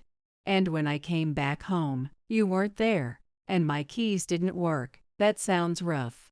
Well, I changed the locks so you couldn't get in. What? Why would you do that? Because you have another place, don't you? At that, his confidence faltered, and he fell silent. What's the matter? You know that apartment you have near the office. Even as I mentioned specifics, he just swallowed hard. This is something we need to discuss in person. Should I wait in front of the house, then? No, come to the address I'm about to give you. You can go inside and wait. I gave him the address and ended the call. All right, let's do this. I told Mom I was heading out for a bit and walked out the door. What a house. Passing through a grand gate, I stood before an impressive, Western-style mansion. How could someone living in a place like this end up with Cody? This was Mary's home, his mistress, and the wife of his company's president. Excuse me. I was ushered into the living room, overwhelmed by its elegant interior design. We've been expecting you. A man's voice pulled me back to reality. In the living room, Cody, Mary, and the president were all already seated. Miranda. Cody looked at me, strangely haggard, his once crisp suit now rumpled. Quite a look. Did you sleep outside? Cody's face flushed red as he glared at me, while Mary shrank beside him. Now that everyone's here, shall we begin? Mary's husband, the president, gestured for us to sit on the sofa. Miranda, how do you know where the president lives? Are you two acquainted? We're not, but I was the one who told him about your affair. So he knows everything. Yes, I know. The president's voice was low and steady. The day Cody left for what was supposed to be a business trip and his illegitimate child's birthday celebration, I went to the company with proof in hand. Suddenly, I was told that an employee's wife wanted to see me. I had no idea what was happening. Then Miranda laid everything out. You two have been having an affair for 3 years. Honey, it's a misunderstanding. We're just a boss and subordinate. A boss and subordinate who share the same hotel room on a business trip. I pulled out the photos from my bag and showed them to the two of them. What is this? Some kind of secret recording. I had a private investigator take these photos. This was a mistake by the hotel. They told us there was only one room left, and all other hotels were fully booked, so we had no choice. Yeah, that's right. I slept on the couch while Mary took the bed. Nothing inappropriate happened. The two were attempting to rely on a cliched excuse straight out of a romance novel, blaming a hotel booking error. But we still had damning evidence to confront them with. Then, what about this? I placed another photo on the table. This is. The picture showed Cody holding a small child while Mary stood beside him, smiling. This child. It's yours, isn't it? And isn't that Mary's mom, Tamara, in the background? How did you even get this? Was Tamara in on this too? The president slumped in his chair, visibly shaken. Was that why Tamara claimed she was taking a year off for her health? Was it actually for the pregnancy? No, of course not. Tell the truth. The president slammed his hand on the table. If you'd like, I can verify the records right now. I'm sorry. It's true. The story about caring for my mom was a lie. Under the president's intense gaze, Mary broke down and confessed. Hey, I couldn't keep it hidden any longer. What about me? How does this leave me? I thought we could keep it under wraps. You couldn't hide it forever. Cody, desperate to save himself, was starting to look utterly pathetic. We already know you've been maintaining a second household. I have no idea what you're talking about. You were raising your child there. And when you weren't around, Mary's mom was taking care of them, helping her own daughter cover up an affair. There must have been a pretty big reason for that. This has nothing to do with you. When Mary and I got married, I paid off her family's debt. You did what? Oh, so that's why you didn't want this affair to come to light. You'd have to pay me back if it did. You wouldn't actually make us do that, would you? Mary pleaded with the president, but his face remained cold and unmoving. Seeing his reaction, Mary's expression turned to one of utter despair. At least I'm grateful to Miranda for telling me. Thanks to her, I was able to make sure you two paid for this. Paid for this? Wait, are you saying you were involved in that? Of course. I was the one who canceled your flights through the company, so that's why I couldn't get through to anyone at the office. I announced a week-long maintenance shutdown and gave everyone time off, so that's why no one answered any calls. During that time, we also changed the locks to the house.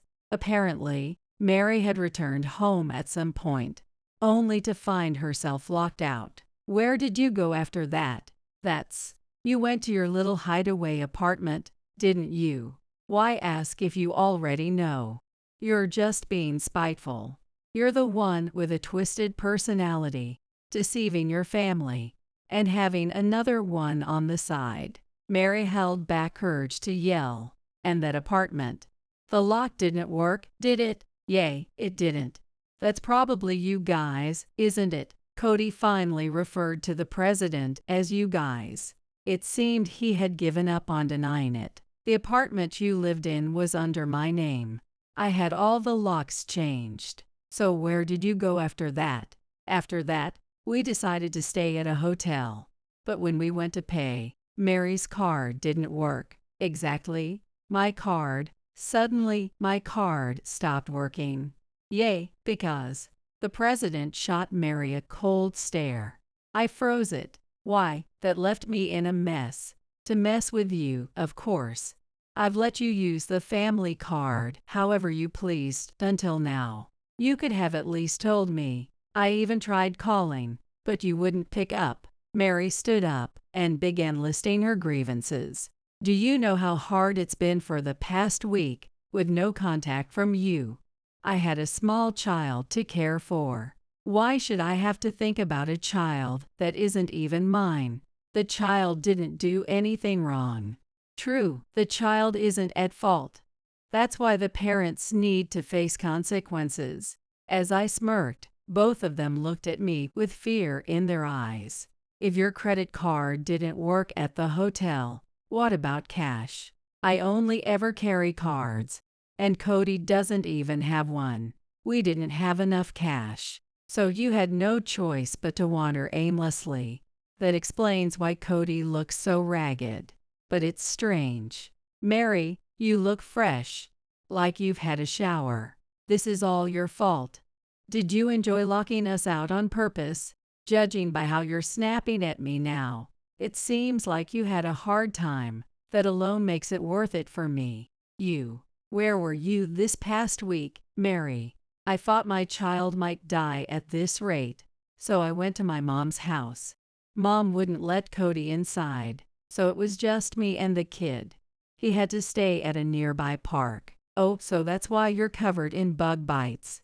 They look itchy. His arms and legs, exposed by a short-sleeved shirt and shorts, were covered in bite marks. Just looking at him made me itch. Cody glared at me, scratching himself repeatedly. Even if you had a change of clothes for what was supposed to be a one-week trip, where did you change? In the park. That's public indecency. I used a public restroom to change. There was water from the fountain, thank goodness, but sleeping on a bench was agony. Someone might have reported you as a homeless person. Homeless? Well, aren't you? You didn't have a home to go back to. For Cody, who had worked as an office worker for over 20 years, there could be no greater humiliation. You couldn't even afford to go to a spa, could you? You've been quiet since you got here, but you reek. I took a step back and pinched my nose dramatically. Humiliated to the core, his face turned visibly red, even under his grimy skin. Water might have been available in the park, but what about food? Did you scavenge from the trash? Of course not. Mary brought food to the park every time. A man in his 40s, accepting charity from his affair partner. Cut it out. It's like feeding a stray dog. Right. Cody finally snapped and reached out to grab my shirt collar. Just as he was about 2 inches away, the president grabbed Cody's collar and stopped him. Don't start a fight in my house. I'll call the police. Yes. Cody, now looking like a small dog intimidated by a large one, nervously sat back on the sofa. This is the most humiliating moment of my life. Cody gritted his teeth, glaring at me with resentment. Did you really have to go this far? Are you even human? Mary stared at me too, as if I were some heartless monster. I hit my breaking point. That's my line, I shouted, and Cody and Mary looked as if their eyes might fall out of their sockets. Fueled by my emotions, I took a step closer to them. With every step I took, they retreated until they were backed up against the wall. You think this is the most humiliating moment of your life? You think I'm not human? I'm giving it all right back to you. Anger erupted from deep within me, my voice echoing with fury. I was astonished at the strength I found in myself. Cheating wasn't enough for you. You had to have a child and live a double life. Don't think for a second you can keep treating me like a fool. I'm not just hurt, I'm furious, and I'm done playing nice. And you, Mary, what are you going to do to me? I'm not the one you should be worried about, it's your husband. I glanced at the president, and he nodded in agreement. Mary. Yes. Mary's face went pale, her lips dry. I'm divorcing you. Get out of this house. No. I'm also going to sue for alimony and repay the debts I covered for you. Wait. There's no way my family can afford that kind of money. Then I'll take it to court. I'll also be filing my own claim for compensation for Mary. Mary's legs gave out, and she collapsed on the floor. The president stood over her, cold and indifferent, showing no sign of concern. For about 3 minutes, silence filled the room. Fine. And just as I thought to say something, Mary muttered softly, Do you agree? Yes. Mary nodded without looking up. Slowly, she stood and grabbed Cody's arm, leaning against him. I'm leaving you and remarrying Cody. What? Cody looked at Mary, completely bewildered. Why, aren't you happy? I mean, yes, of course, I am. Then it's settled. Now we can raise our child together. Honestly, we should have done this from the start. Mary, now radiant with excitement, contrasted starkly with Cody's baffled expression. I'm leaving you to build a happy life with Cody. Don't come crying to me later. That's not going to happen. Just pay me what you owe, and we're done. You're so efficient. I appreciate that. Cody, take care of Mary. You two deserve each other. Yes. Cody looked back and forth between Mary and the president, clearly distressed. You'll cover my compensation and debts too, right? At that moment, I didn't miss the twitch on Cody's face. What about my job? Your job. Of course, I'll still be able to work, right? The president dismissed Cody's audacious question outright. What nonsense are you talking about? You're fired. Fired. Of course, Mary is fired too. Good luck job hunting, you two. Please. No. President, I'm begging you. Anything but termination. Cody clung to the president's feet, apologizing profusely and repeatedly. Cody, do you really want to grovel like this to stay at this company? Is it even worth it? Not worth it. I frowned, puzzled by the comment. Then Mary, smug as ever, tilted her chin up and sneered at me. You'd be in trouble if you divorced Cody, wouldn't you? And why is that? Because Cody's family owns a lot of land, right? No way you'd let her catch like that slip through your fingers. Ha! So that's what this is about. I glanced at Cody, who looked at me pleadingly as if to say, don't tell her, but I decided to ignore him. It wouldn't bother me at all to divorce a man like this. Don't try to act tough. Why don't you just admit you're desperate? No, I genuinely don't need a man like him. What? Sour grapes. Mary, eager to see me distressed, kept goading me. It's not sour grapes. Actually, the family with land is mine. What? Time seemed to freeze, and Mary stopped moving entirely. Her blinking was the only sign she hadn't turned to stone.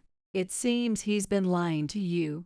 The truth is, this man is nothing more than a gambling addict with debts. Having his secret exposed, Cody clutched his head and sank to the floor. Your family owns the land. Gambling, debts, unable to process it all. Mary could only repeat my words back to me. Cody had racked up gambling debts even before we got married. I didn't know, and ended up marrying him, much to my relatives' disapproval. Right, Cody. Sweat poured from him, soaking into the carpet. I put him on an allowance and took away his credit cards to make him pay off his debts. That's why he didn't have a card. Isn't it odd for a grown man to have no credit card? Didn't you find that suspicious? Embarrassed by the fact that his salary had been managed by his wife, Cody shrank away from Mary, I restricted him to just enough cash to get by, and we've only managed to pay off half the debt. My paycheck and help from my family covered our child's tuition and kept us afloat. You tricked me.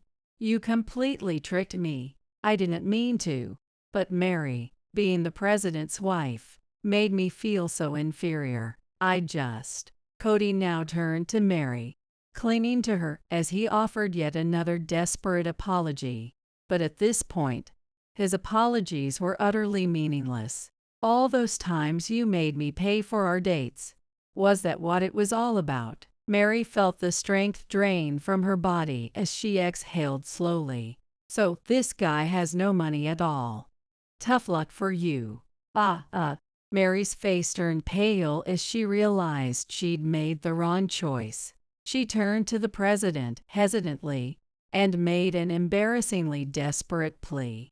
Listen, I want to start over with you. What? I know it's a shameless request. I hurt you without a second thought, and I know it's unforgivable. But please, just reconsider the divorce. I don't need the credit cards or money anymore. I just want us back together. It might look like she was remorseful, but even a child could see through it. Mary betrayed Cody the moment she realized he was broke. She knew staying married to the president was the only way to avoid financial struggles. The idea of being saddled with a debt-ridden man, raising a child, and paying alimony in a divorce court was enough to send chills down her spine. I swear I'll never betray you again. I'll apologize with all my heart. Just forgive me. I'll quit my job and never see Cody again. What about the kid? I'll raise them in this house.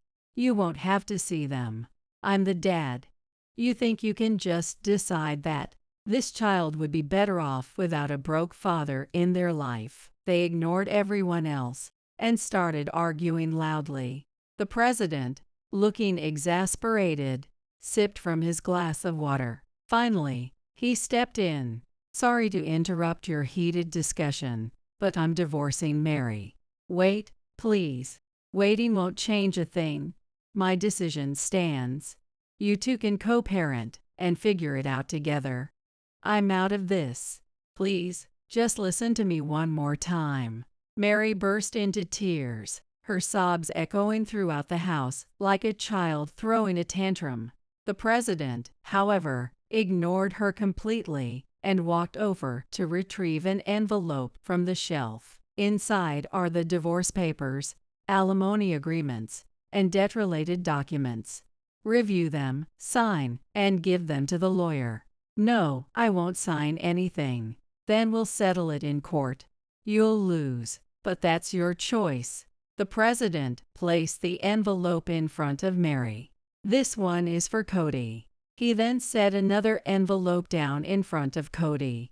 It likely contained papers related to alimony and a notice of termination. Cody, with trembling hands, opened the envelope and looked inside, his face falling in shock. Alimony of $30K. It's a fair amount. Any complaints? No, none. I have plenty of complaints. Take them up with a lawyer. I won't be talking to you again. With that firm declaration, Mary fell silent. Now it was my turn. I pulled 2 envelopes from my bag, similar to the president's, and placed one in front of Mary. This details the alimony. Sign it and hand it to the lawyer. Their business card is inside. Mary didn't even touch the envelope. I then handed the second envelope to Cody. Take it. When I prompted him, he slowly reached out and pulled the envelope toward himself. The compensation money and child support payments until our child graduates from high school are included in these papers. Sign them, and I'll hand them to the attorney. I haven't said I want a divorce yet. Even if you refuse, it's happening. Or would you prefer we take this to court? Fight over custody and the divorce. Though I doubt someone with your track record cheating, a secret child, and a pile of debt could win. Please, I'm begging you. Cody pleaded with me for what felt like the 100th time today, offering a desperate apology. You should have thought about that before. Was it the lure of the president's wife's money? It must have been hard for you, living on a budget with no freedom. I'm truly sorry. I won't even ask for spending money anymore. I'm about to lose my job, and then I won't be able to pay off my debts or the compensation to the president. Please, just don't divorce me. So you're saying you want me to take over paying off your debts and covering the compensation for your affair? Cody said nothing, but the silence spoke volumes.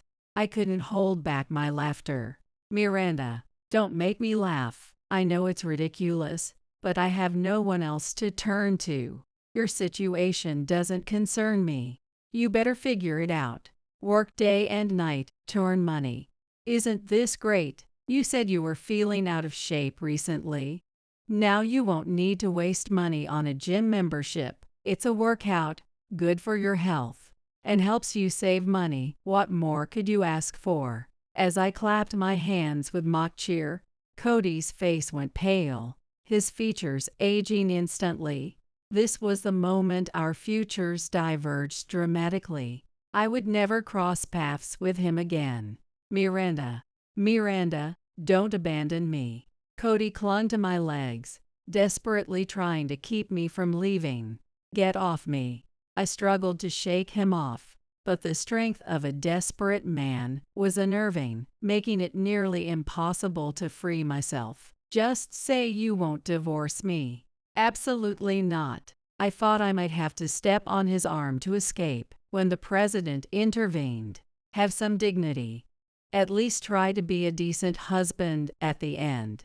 The president restrained Cody's upper body, stopping his frantic movements. Taking advantage of the moment, I quickly distanced myself. Thank you, President. Cody let go of my hand and looked at me with a pained expression. I spoke with finality in my voice. I have no intention of getting back together with you. Please stay away from me and my son from now on. From here on, communicate through my lawyer. Miranda, don't go. Please don't go. Goodbye. Miranda. I left the house, leaving Cody behind. That was the last time I saw him. I had been worried about how things would unfold, but eventually, our divorce was finalized without issues. The settlement money was transferred in full by both of them. Since they likely didn't have the funds to pay all at once, they must have borrowed the money for it. I heard that Mary was evicted from their home and returned to her parents' house with her children. They are now struggling to manage the compensation payment along with the repayment of debts they had borrowed years ago, which even led them to consider selling their family home. In an effort to ensure child support for their kids, Mary has been demanding financial help from Cody.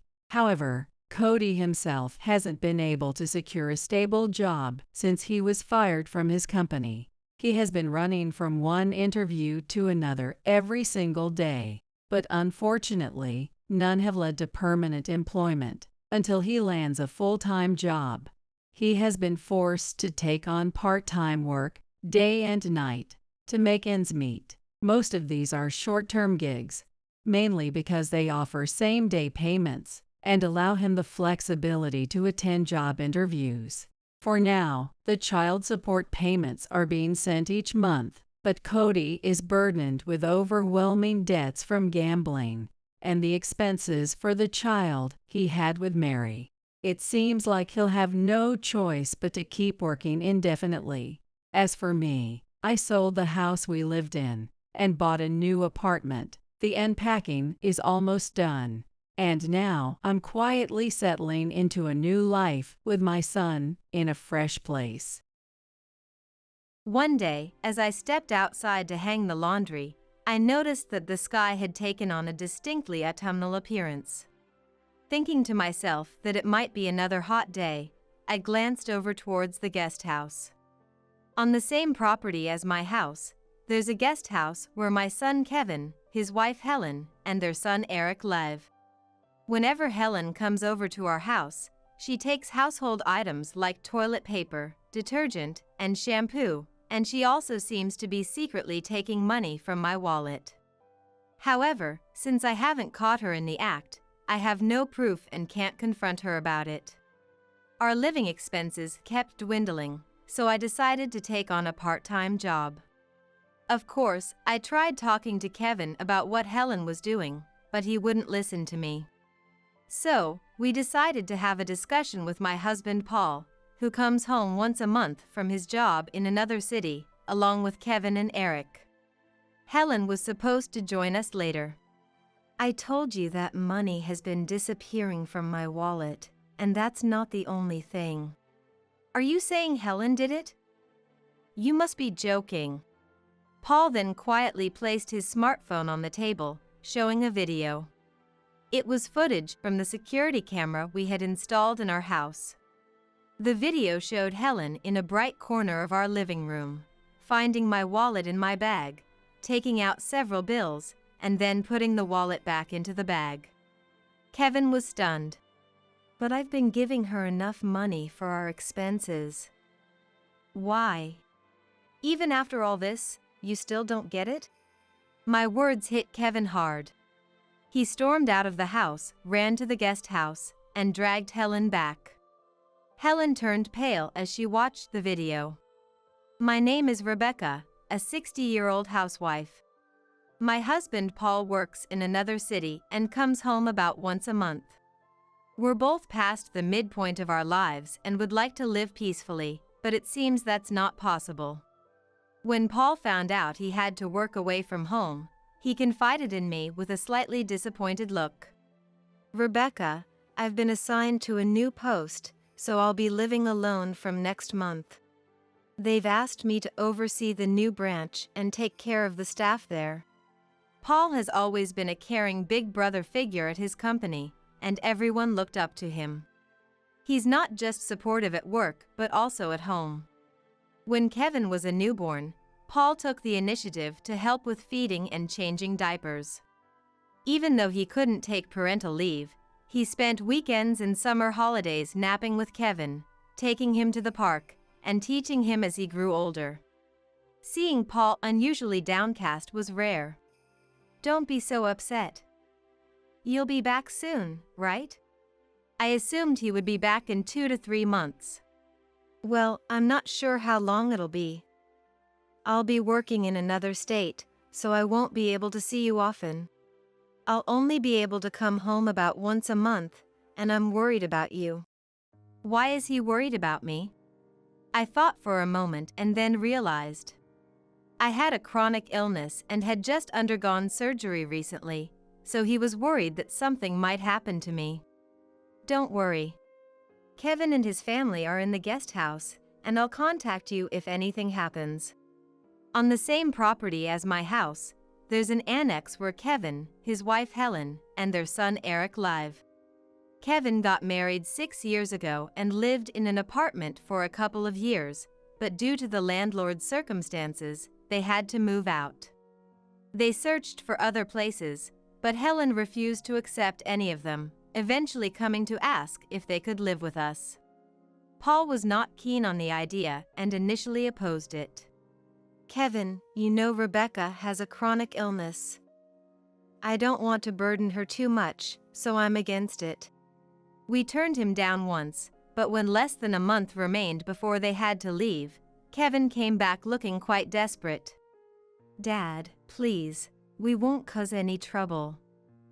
Just let us live in the guest house. By the time this request came, Paul had changed his mind and agreed to let Kevin's family stay in the guest house. When I asked him why later, he said it was because he felt more secure knowing I wouldn't be alone. It's been about 3 years since then, and they show no sign of moving out, still living in the guest house. Not wanting to worry Paul, I tried to sound cheerful. Don't worry. I'm recovering well after the surgery, and I'm taking my medication properly. We should install a monitoring camera. The newer models are quite advanced, with temperature sensors to help prevent heat stroke and other features. You're worrying too much. I laughed, and we talked into the night. Later, Paul actually installed a monitoring camera and linked it to an app on his smartphone. I was surprised, but since it was placed high up, it didn't bother me, and I quickly got used to it. A week later, Paul left with a heavy heart, and now I live alone in a house that feels too spacious. However, I had something on my mind that I hadn't told Paul. It was about Kevin's wife, Helen. Even though she was supposed to be a housewife, she often left Eric at home and went out somewhere. I could understand going out for lunch with friends occasionally, but this happened quite frequently. Also, whenever she came over with Eric, she always took something from our house, which troubled me. "Rebecca, I'm taking some toilet paper." At first, it was just small things like that, so I didn't mind much. But it gradually escalated to items like detergent, shampoo, body soap, and even, on one occasion, plates. Though she returned the plates, it was still strange.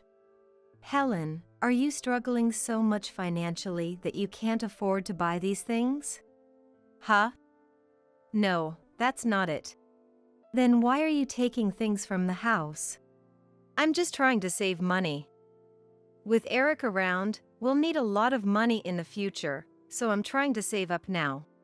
"So Rebecca, please think of it as helping out and overlook it." She said this nonchalantly, waving her hand as she left again. She always dressed fashionably, talked about going to the spa, and had her nails done. Was she really saving money? Kevin worked from early morning until late at night, and I hadn't heard of any financial difficulties. I wanted to confront her about her intentions, but I didn't want to be the meddling mother-in-law, so I stayed silent. During these days, my wallet started to mysteriously run out of money. I suspected Helen, but I had no proof. Since the money was taken without me noticing, I couldn't catch her in the act, and time just kept passing by. One day, I went outside to hang the laundry and saw that the sky had taken on the appearance of autumn. I thought it would be another hot day despite the lingering summer heat and glanced towards the guest house. Even after this, I never once saw Helen taking money. I wondered if it wasn't her after all, but I started hearing unfavorable rumors about Helen from various neighbors. They said they saw her dressed like she was going to a club or walking around with young men. I was skeptical. I knew she liked to dress fashionably, but I had only seen her in outfits you'd see in fashion magazines, and she didn't seem like the type to cheat. When she was at the guest house, she sometimes wore pajamas, so I couldn't imagine her partying around. However, the fact that people had seen her suggested that there might be a side of Helen I didn't know. Even as I kept an eye on things, my wallet continued to lose money. Running out of living expenses, I decided to get a part-time job until I could find proof. I told Paul it was for a change of pace, but he was very worried. I managed to get his approval on the condition that I wouldn't overdo it. Fortunately, I saw that the nearby supermarket was hiring part-time cashiers, so I contacted them and went for an interview. I had also consulted with Kevin just in case, and on the day before my first shift, I told him, "Kevin, I'm going to start working part-time next week." "Why?" "You just got out of the hospital and must still be exhausted." "It's only 3 days a week, so I'll be fine." Besides, about Helen. I decided to talk to Kevin about Helen's behavior, hoping he might say something to her and we could make some progress. "What about Helen?" "Actually, she's been taking things like toilet paper and shampoo from our house recently." "Is your household struggling financially?" Kevin was indignant. "No way. I provide money every month, and Helen handles the finances. She used to work in accounting, so she's good at managing our finances." "Is that so?" "But it's true she's been taking things." Also, money from my wallet. Money? Are you saying Helen's been taking that too? Kevin looked skeptical. Yes. Money has been disappearing little by little from my wallet. She probably thinks I haven't noticed, but if this continues, it's going to be a problem. Could you talk to her about it? Mom, are you losing it?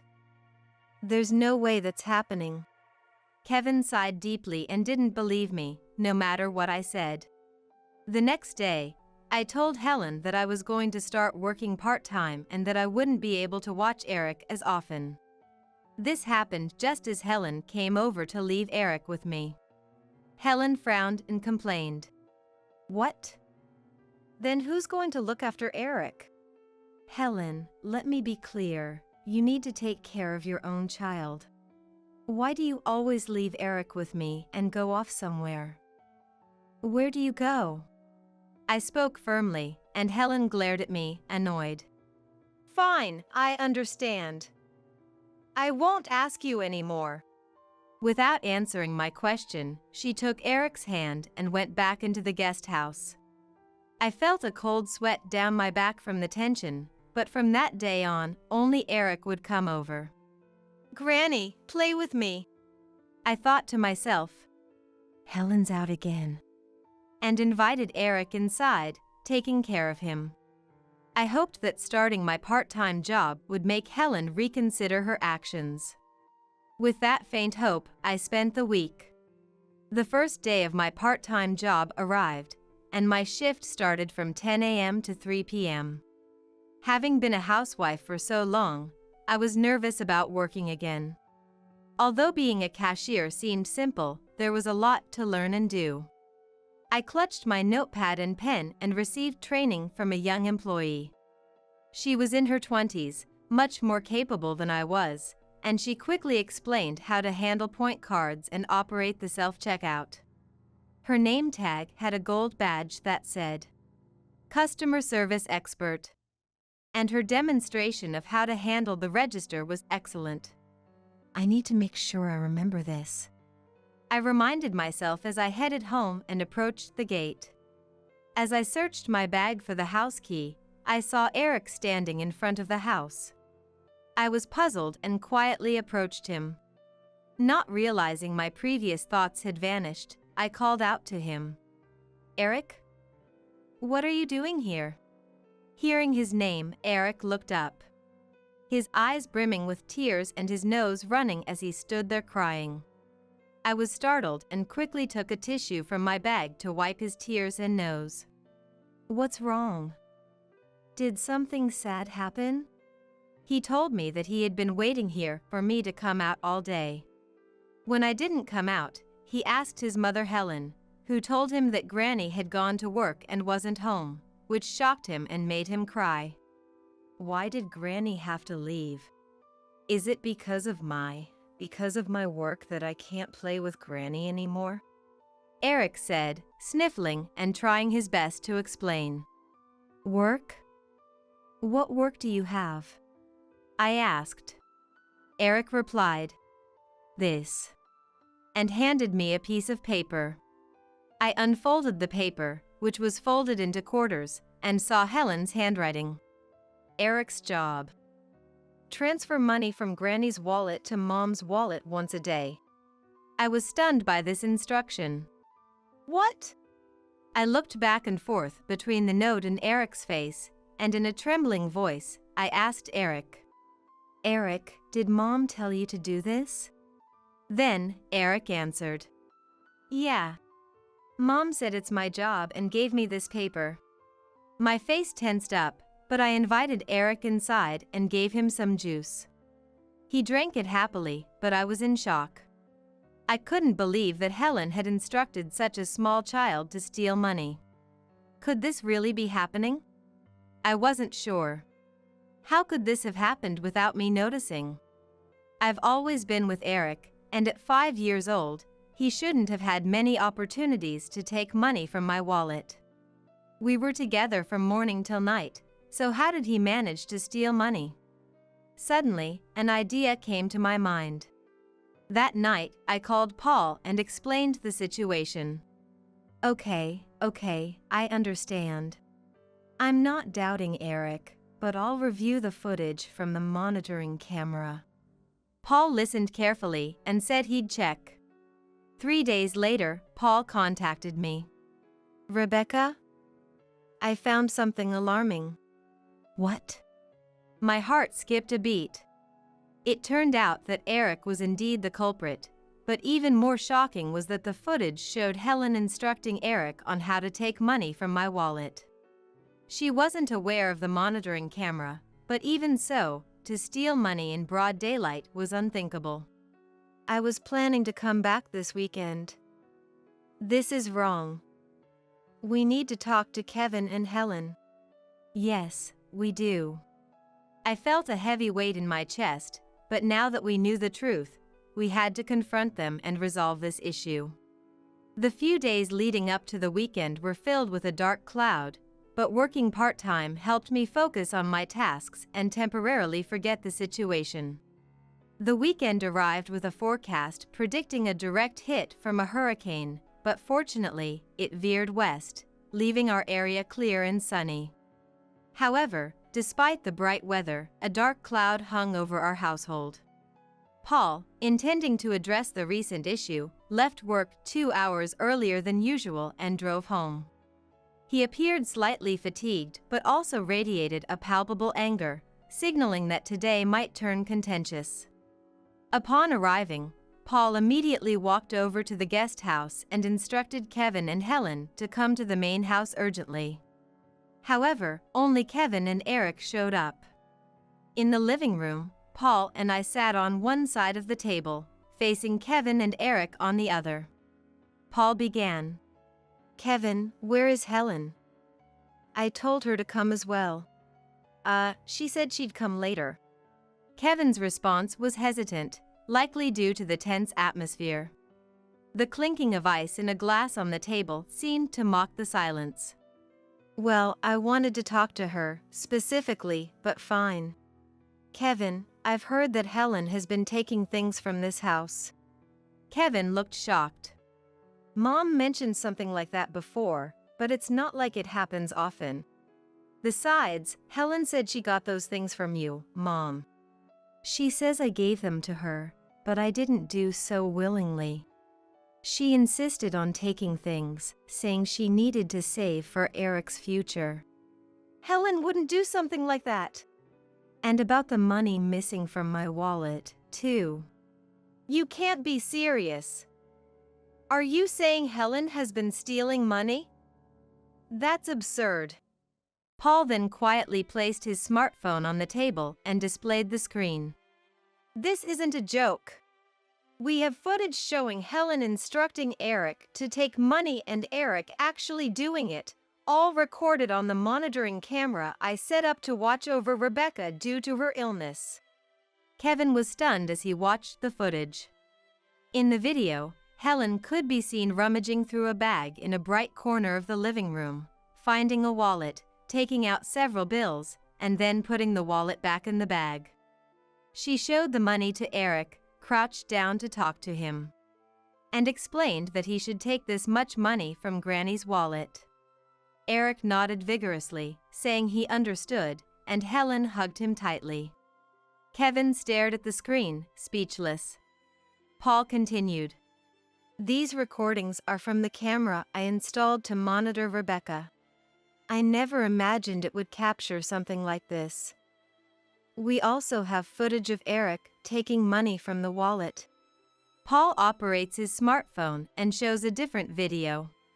Eric didn't know when the money had been taken, but after watching this video, he finally understood.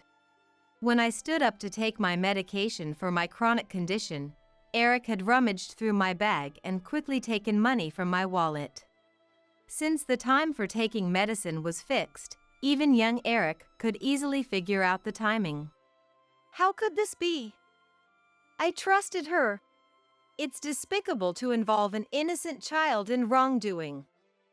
You should be ashamed. Paul, who usually doesn't get angry, said this with a voice full of rage at that moment. Kevin flinched, and Eric was also flustered by this stern attitude. But I should have given you enough money for living expenses, so why? Why did you do this, Eric?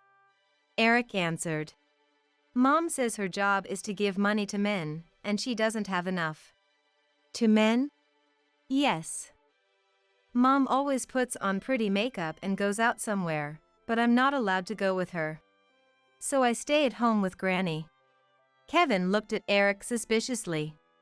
His face showed confusion, as if saying, I don't understand what's going on. Could she be having an affair? Do you still not understand? I said, prompting Kevin to rush out of the house in a fury. He stormed to the guest house and dragged Helen back with him, causing a commotion. Ouch! Let go of me! Helen screamed as Eric watched, on the verge of tears, unsure of what was happening. Helen, what is going on? Explain yourself. Why did you steal money from Mom's wallet and even make Eric do it when I've given you enough for living expenses? Kevin demanded. Helen, startled, looked at Kevin, bewildered that he knew. What are you talking about? Do you have any proof that I did such a thing? Thinking there was no evidence, Helen spoke confidently. Kevin, however, pointed to Paul's smartphone on the table. This is the proof. You had Eric do it too. Where were you going when you left Eric with Rebecca? Were you cheating with another man? Helen's face turned pale as she saw the screen. Realizing she was caught, she fell to her knees and confessed, admitting she had been frequenting a male strip club, not having an affair. I'm sorry. At first, it was just for fun. Being stuck with Eric all day and the stress of having Rebecca living so close, I wanted to go out just once. But once turned into twice, then 3 times, and she got increasingly hooked. I just wanted to have some fun too. For that, I needed money. I wanted to spend money on those men. I couldn't work because I had to take care of Eric, and the allowance you gave me wasn't enough. That doesn't justify stealing from Mom's wallet. That's theft. I'm sorry. I won't go anymore. I'll never go to that club again. I'll return all the money I took. Please forgive me. Helen pleaded with Kevin through tears, but Kevin, filled with rage, was unmoved. No. Absolutely not. We're getting a divorce. No. She continued to cry and cling to him, but Kevin stood firm and later filed for divorce. I kept a record of the money that was taken, and I handed Helen a bill. What? This much? She seemed surprised, but couldn't deny it. She tried to negotiate for a lower amount, but I refused to budge and demanded the full amount. Helen, you should be grateful I'm not filing a police report. Repeated theft, even by a family member, would lead to your immediate arrest. Upon hearing this, Helen fell silent, bit her lip, and left. Kevin, in the process of divorcing her, also filed a claim for damages. A colleague at his workplace who had recently divorced recommended a good lawyer. Thus, Helen had to repay not only me but also pay damages to Kevin. Astonishingly, even in such circumstances, she couldn't stop going to male strip clubs, and there were rumors she had accumulated $20,000 to $30,000 in debt. I couldn't understand what drove her to such extremes, but it seemed only a matter of time before she couldn't manage her finances due to excessive payments. As for me, since I no longer needed to work part-time, I quit the supermarket and spent my days relaxing at home. No one lived in the guest house anymore, but instead, Kevin and Eric moved to the second floor of the main house. Kevin gained custody of Eric and took him in. While Kevin was at work during the day, I continued to look after Eric, but I no longer worried about money being stolen. Eric would be old enough to start preschool next year. I wonder if Kevin has already completed the paperwork. I should ask him. I murmured to myself while making pancakes for lunch. Just then, Paul came home. Today was the day he returned from his solo assignment. I hadn't seen Paul in weeks since that day, but he entered the living room looking unusually cheerful and happy. "I'm home." "Welcome back. Lunch is ready." Welcome back, Grandpa. From now on, the four of us, Paul, Kevin, Eric, and I, would live together. I truly felt blessed with such a peaceful life. Although the summer heat still lingers, the season is about to change to autumn, and Paul, still putting all his effort into playing with the child, suggests, "How about we go apple picking during the next holiday?" Smiling at his enthusiasm and thinking he should consider his age, I went back to making another batch of pancakes for him. My son Roderick and my husband David. I watched them hurriedly leave the house. Since it's Sunday, I thought I'd take it easy until Roderick came back. As I was hanging up the laundry, I heard the phone ring. "Hello, is this the home of Roderick?" A woman's voice came from the other side of the line. Is this Roderick's family? "Yes." I couldn't grasp the situation, but my heart started to race. This is Ainsworth from Johns Hopkins Hospital. Roderick has been in an accident and has been brought here for emergency treatment. I felt my vision blur. The Roderick who just left the house so cheerfully. We are about to perform emergency surgery. Hello? Are you okay? The woman, who introduced herself as Ainsworth, asked, sensing my silence. Yes, the hospital, right? Johns Hopkins Hospital. Please come immediately. Yes. I replied quickly and hung up the phone. I have to get to the hospital quickly. As I got ready, I tried to contact David, but he didn't answer even after several calls. I called David's office. I explained the situation and asked them to connect me to David. However, they said David had not come to the office today. For now, I decided to head to the hospital. I kept telling myself that everything would be all right, and as I was about to leave the house, someone burst in. I was so surprised that I couldn't recognize who it was at first. Mom, I forgot my sandwich. Seeing my surprise, Roderick looked at me with concern. Mom? Did I surprise you by coming back suddenly? A swirl of emotions flooded through me. Mom. Tears began to fall from my eyes. Mom? What's wrong? My name is Jeannie. I'm a 45-year-old housewife with a husband and a son. I graduated from the local high school and attended culinary school, but I didn't pursue a career in hotels or restaurants. Instead, I worked part-time at a fast food shop.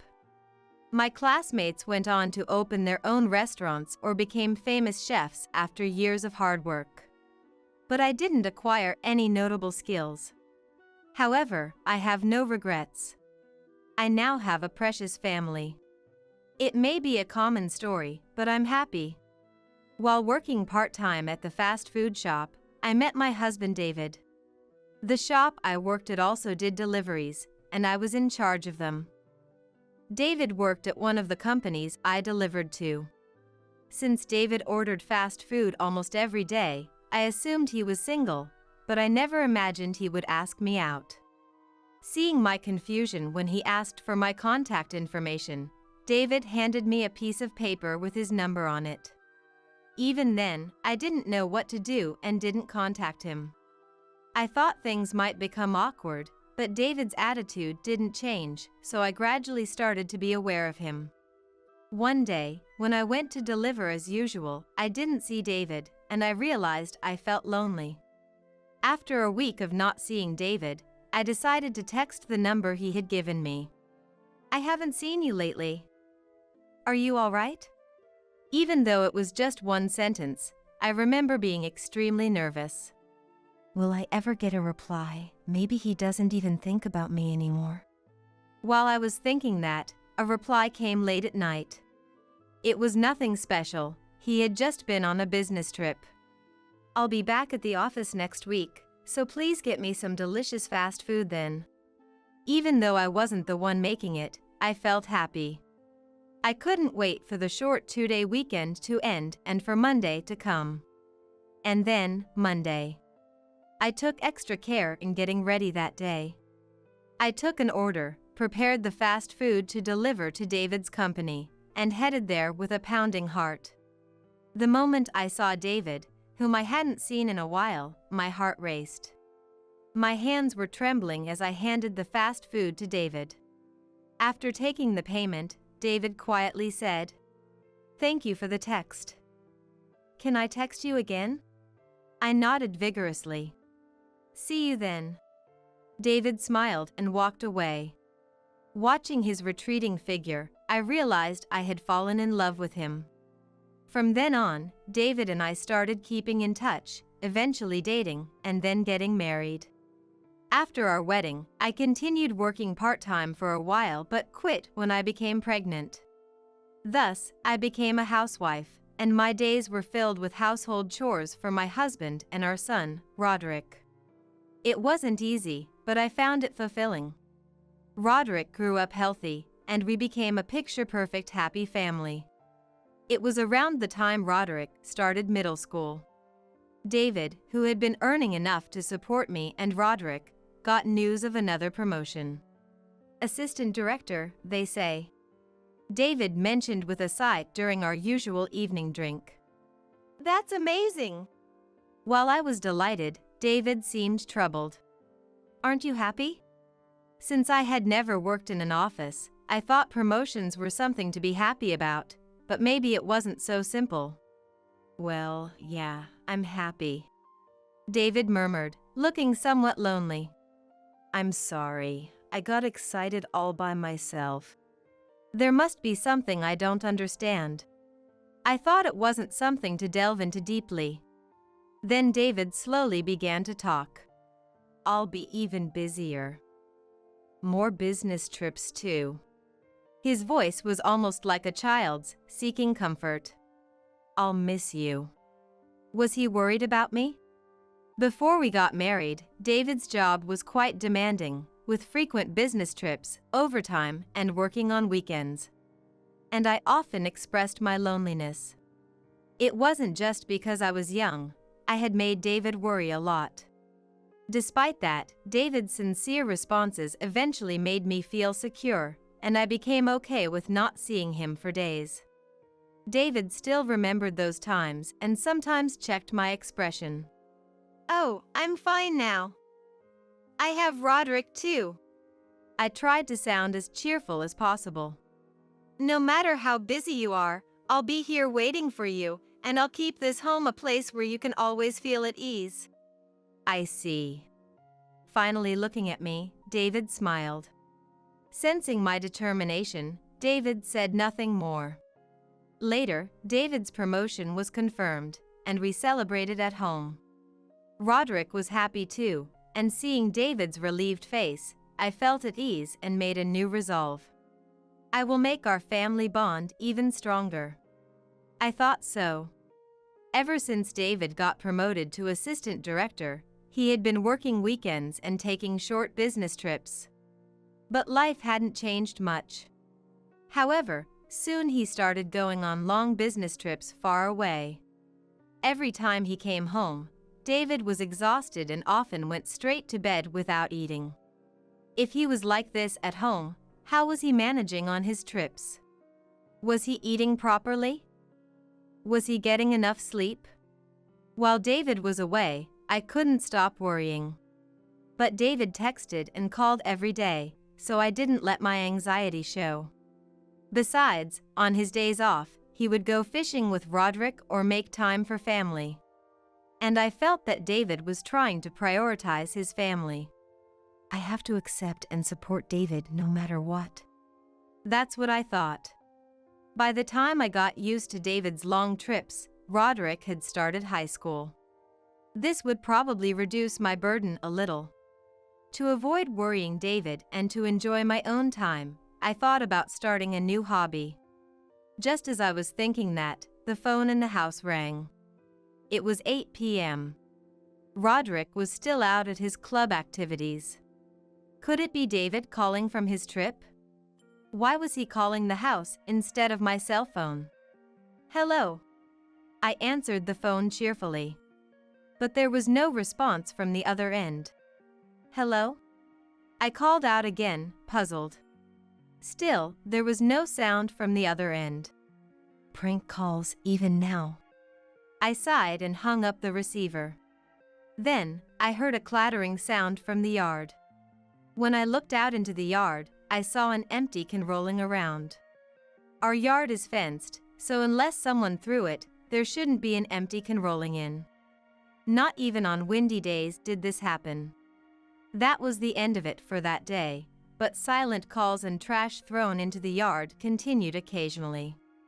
Not only that, strange letters started appearing in the mailbox. The letters were filled with the word curse, which was creepy. Wondering what to do, I first consulted with the neighbors, who told me that sometimes local elementary school kids play pranks. They said not to worry too much about it, and I agreed. Thinking that kids always play pranks, I tried not to mind the ongoing mischief. Would elementary school kids really make prank calls at 8 p.m.? With that doubt lingering in my mind, a year passed, and then things took a sudden turn. It was a Sunday. Roderick had his club activities, and David was getting ready for a long business trip the next day. So our house was bustling from the morning. I made sandwiches for Roderick and watched as the two of them rushed out of the house after breakfast. No sooner had I thought phew, I started the washing machine and began cleaning. It was Sunday, so it would be crowded everywhere. I decided to relax until Roderick came back. As I was hanging the freshly washed laundry, I heard the phone ring inside the house.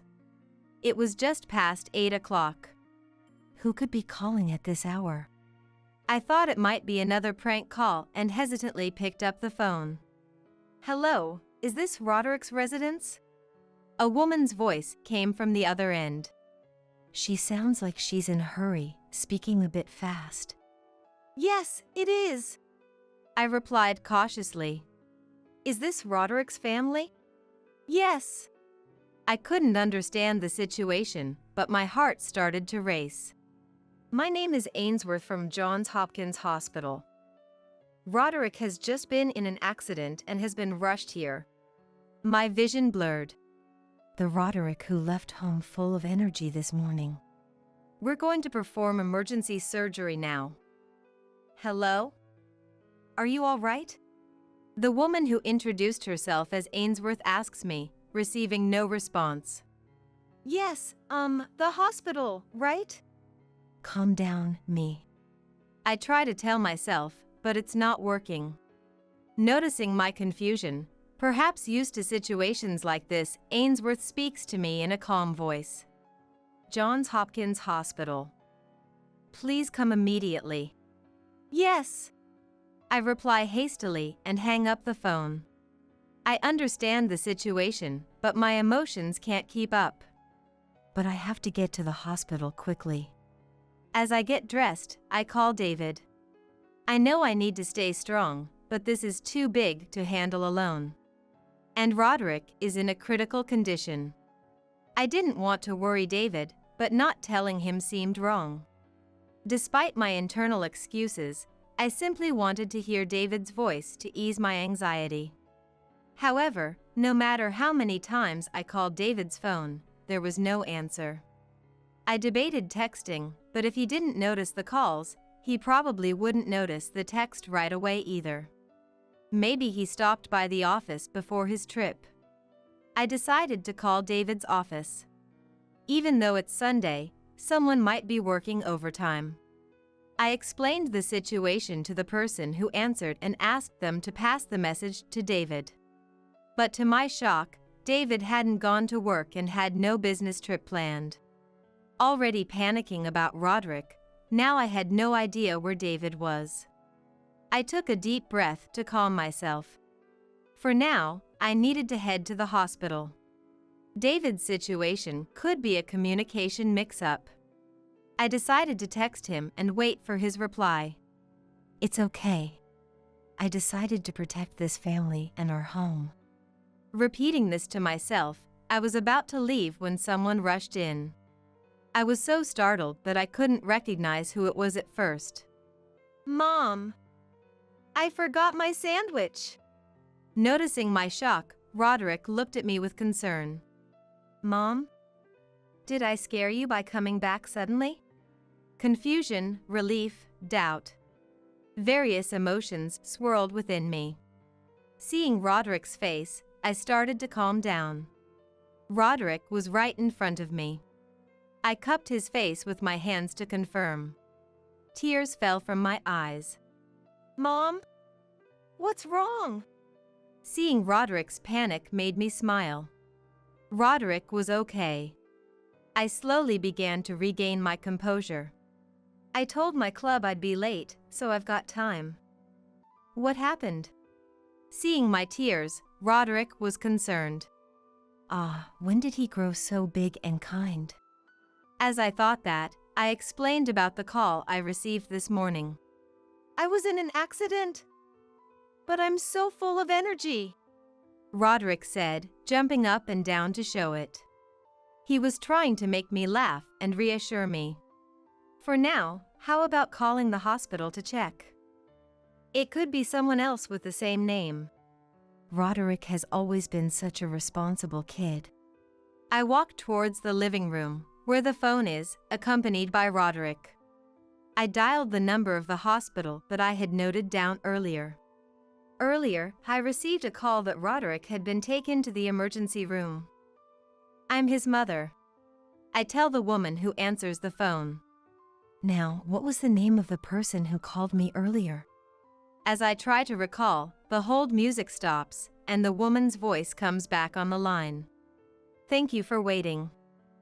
I'm sorry, but we have no record of anyone named Roderick being brought in. What? I exclaim in surprise, my voice sounding strange. I apologize briefly to the woman on the phone and hang up.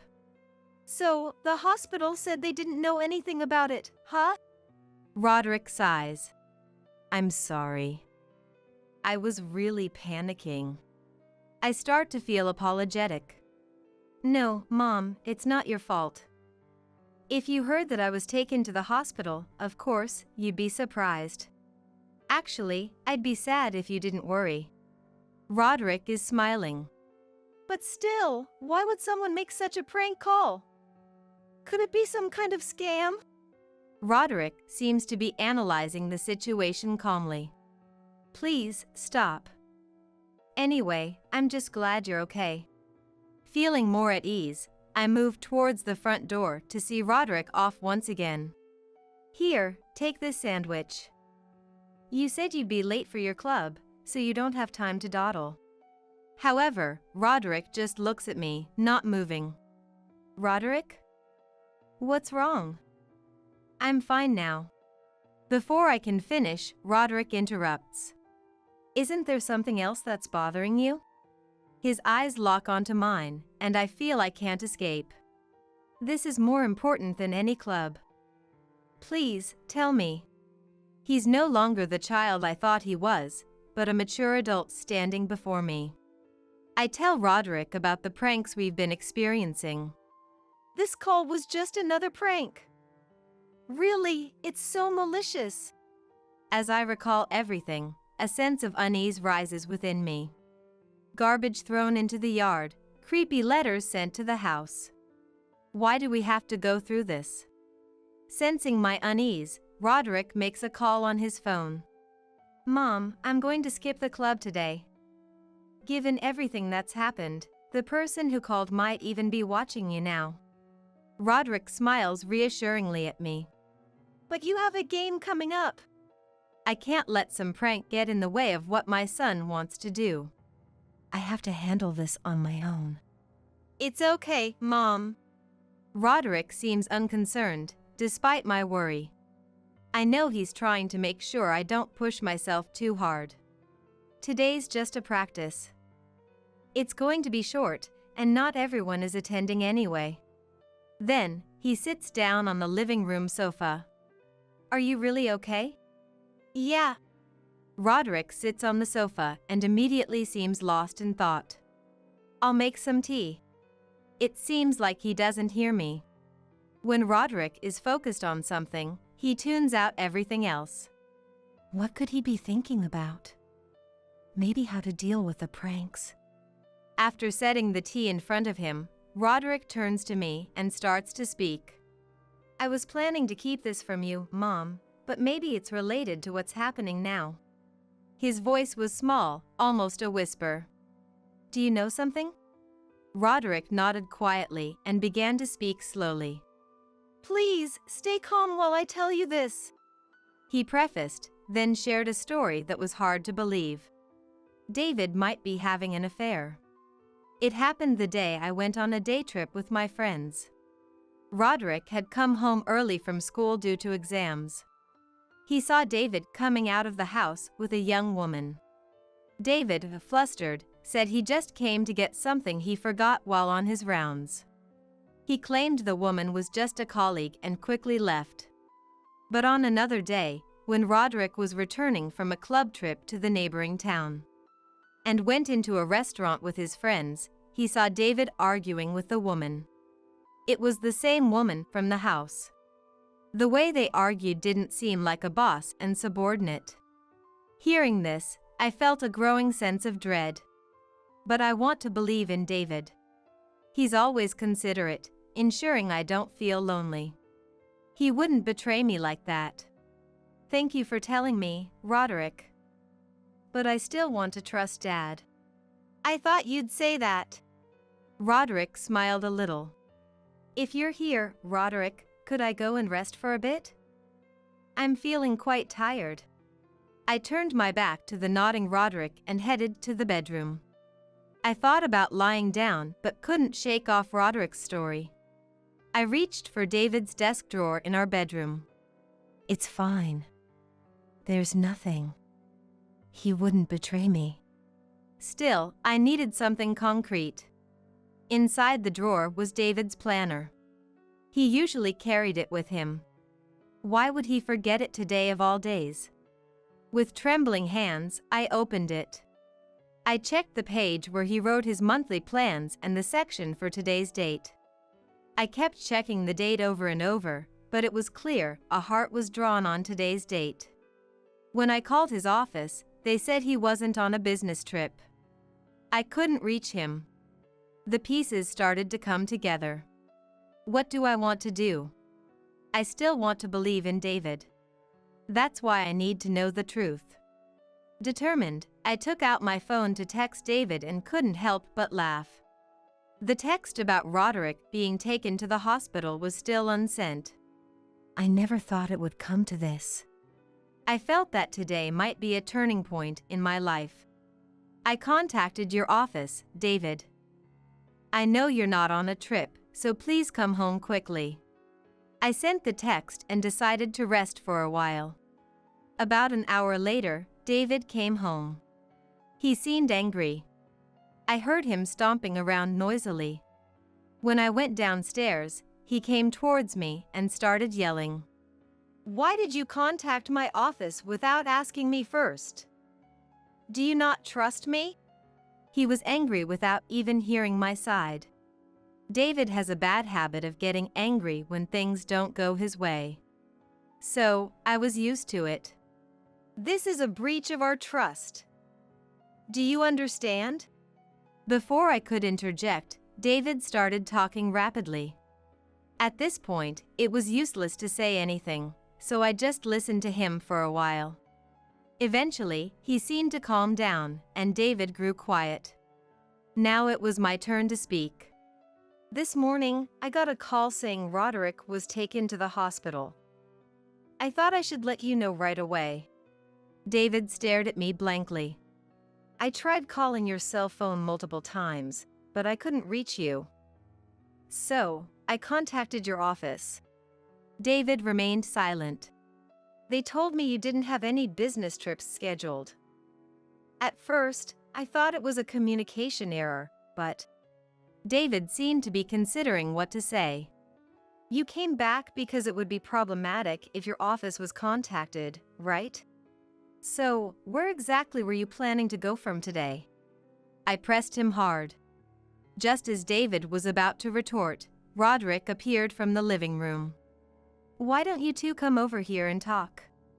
David looked surprised to see Roderick. Oh, Roderick. I thought you were taken to the hospital. Oh, didn't you hear? It was a prank call.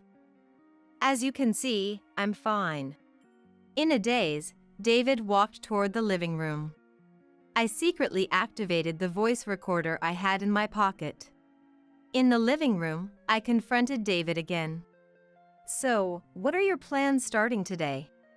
It's a business trip, of course. David was about to shout again. I quickly raised my voice. The other day. David flinched a little. The other day, I heard you brought a woman into our house. Roderick told me. David glared at Roderick, but Roderick, with his headphones on, was absorbed in a game on his phone and didn't notice. I explained to Roderick as well. She is just a subordinate who came to retrieve something she forgot while we were out on business. David's voice was getting agitated again. That's what it seems. But on another day, you were arguing with that woman, weren't you? That was... David seemed to be thinking of another excuse. That has nothing to do with you. I was just giving her work instructions. You have no right to criticize me for every little thing. As David stood up, intending to yell at me again, Roderick also slowly stood up. I saw that argument myself. It didn't seem like just work instructions. Roderick looked down at his father, David, with a disdainful gaze. David, now being looked down upon by Roderick, fell silent under the unprecedented pressure. This prank call today, it's happened multiple times before. I quietly handed David a piece of paper with phone numbers written on it. I've been writing down the numbers from the call history every time. David looked at the numbers on the paper, visibly shaken. I want you to check if these numbers are registered on your phone. David averted his eyes from the paper and said, I don't know anything about that. It's not that you don't know. Let me check. If you can't do that, call these numbers. David's attitude confirmed my suspicion. David knew who was behind those calls. As I stepped closer, David sank to the floor, defeated. I'm in trouble too. David began to explain in a small voice. It turned out that the woman wasn't just a subordinate to him. She had a family, and they had been involved in a relationship where they both understood the boundaries. But recently, she started pressing him for a divorce, which he wasn't prepared for, causing him distress. She has a family too, and getting involved with a subordinate was my mistake. I don't want to make a big deal out of it. So far, there hasn't been any apology directed at me. I won't see her anymore, so can you help me break up with her? I didn't respond and instead asked for detailed information about when their relationship started. And everything leading up to the present.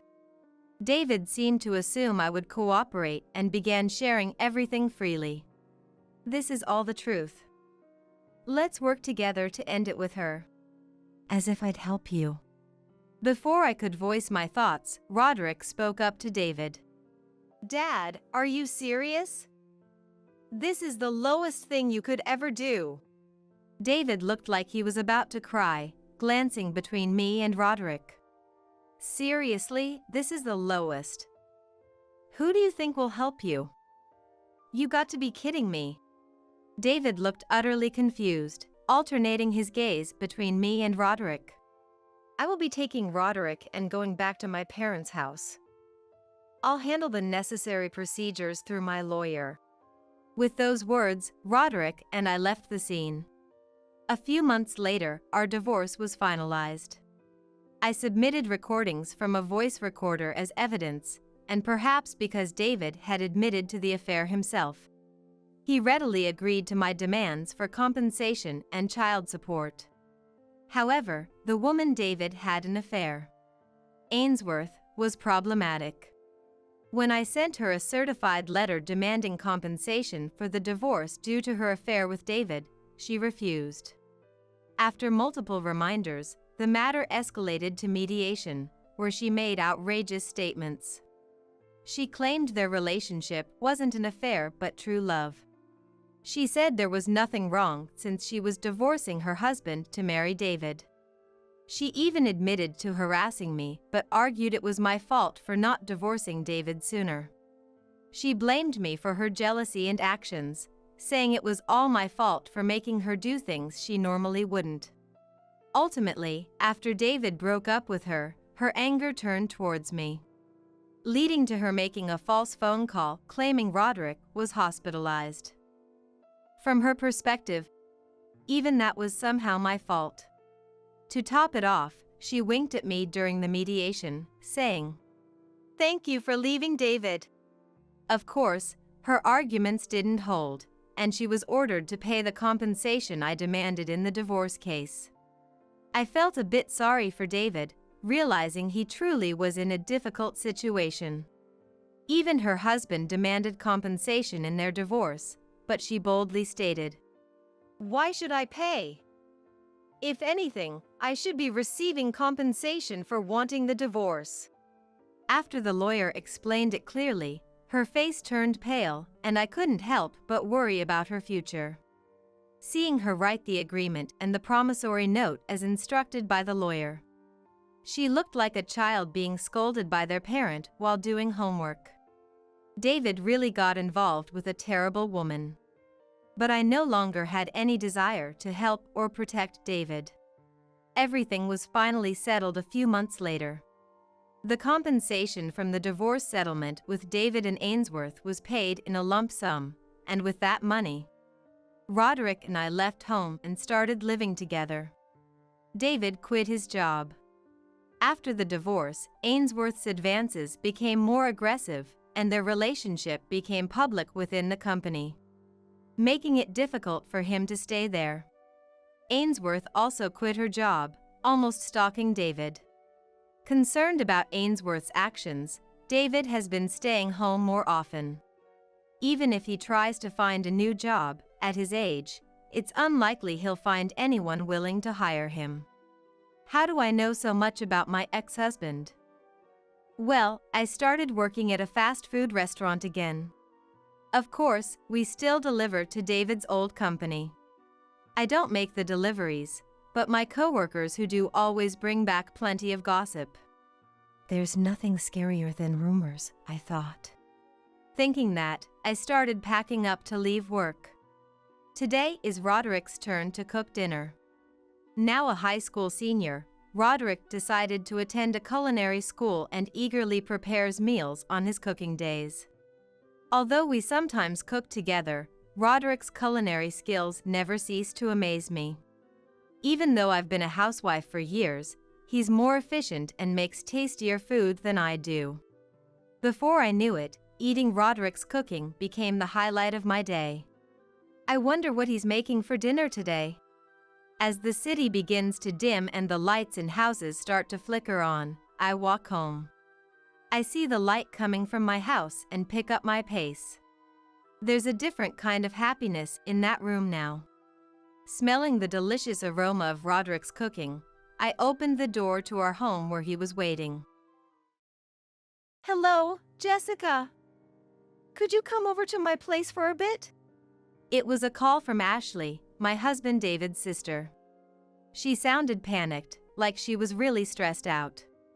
Ashley's house is just a short walk away. All right. I'll come over right now. When I arrived at her house, she led me to her room. The room was swarming with bees. "Whoa! What's going on here? When I opened this box, this happened." I knew we needed to call Ashley's husband, Robert, who was at a cafe, so I called him to come home. Thinking it was too difficult to talk in a room full of bees, we decided to step outside. The three of us gathered at the front door. I questioned Ashley. So, Ashley, why is there a box full of bees in your house? I have no idea. I just found it outside and brought it in. That can't be right. That box was sent to me by my daughter Emily. My name is Jessica, a 65-year-old part-timer at a local supermarket. There's something that's been constant since my childhood. I've always loved stuffed animals and teddy bears. Growing up in a poor family, I couldn't often get stuffed animals or teddy bears. But now, as an adult, I buy a teddy bear every time I travel or go out, and it's become my hobby to collect them. My husband David indulges this childlike hobby of mine. David works as a public servant at the town hall. About a year ago, there was a teddy bear I really wanted. It was a limited edition sold exclusively through an online shop, part of a collaboration between a famous brand and a popular character.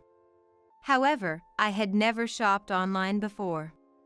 So, I was ready to give up on getting this limited edition item. I was talking about this with David. If it's about online shopping, leave it to me. Recently, my office started ordering things online. Really? Yes. So I'll order it for you. You're amazing. Thank you.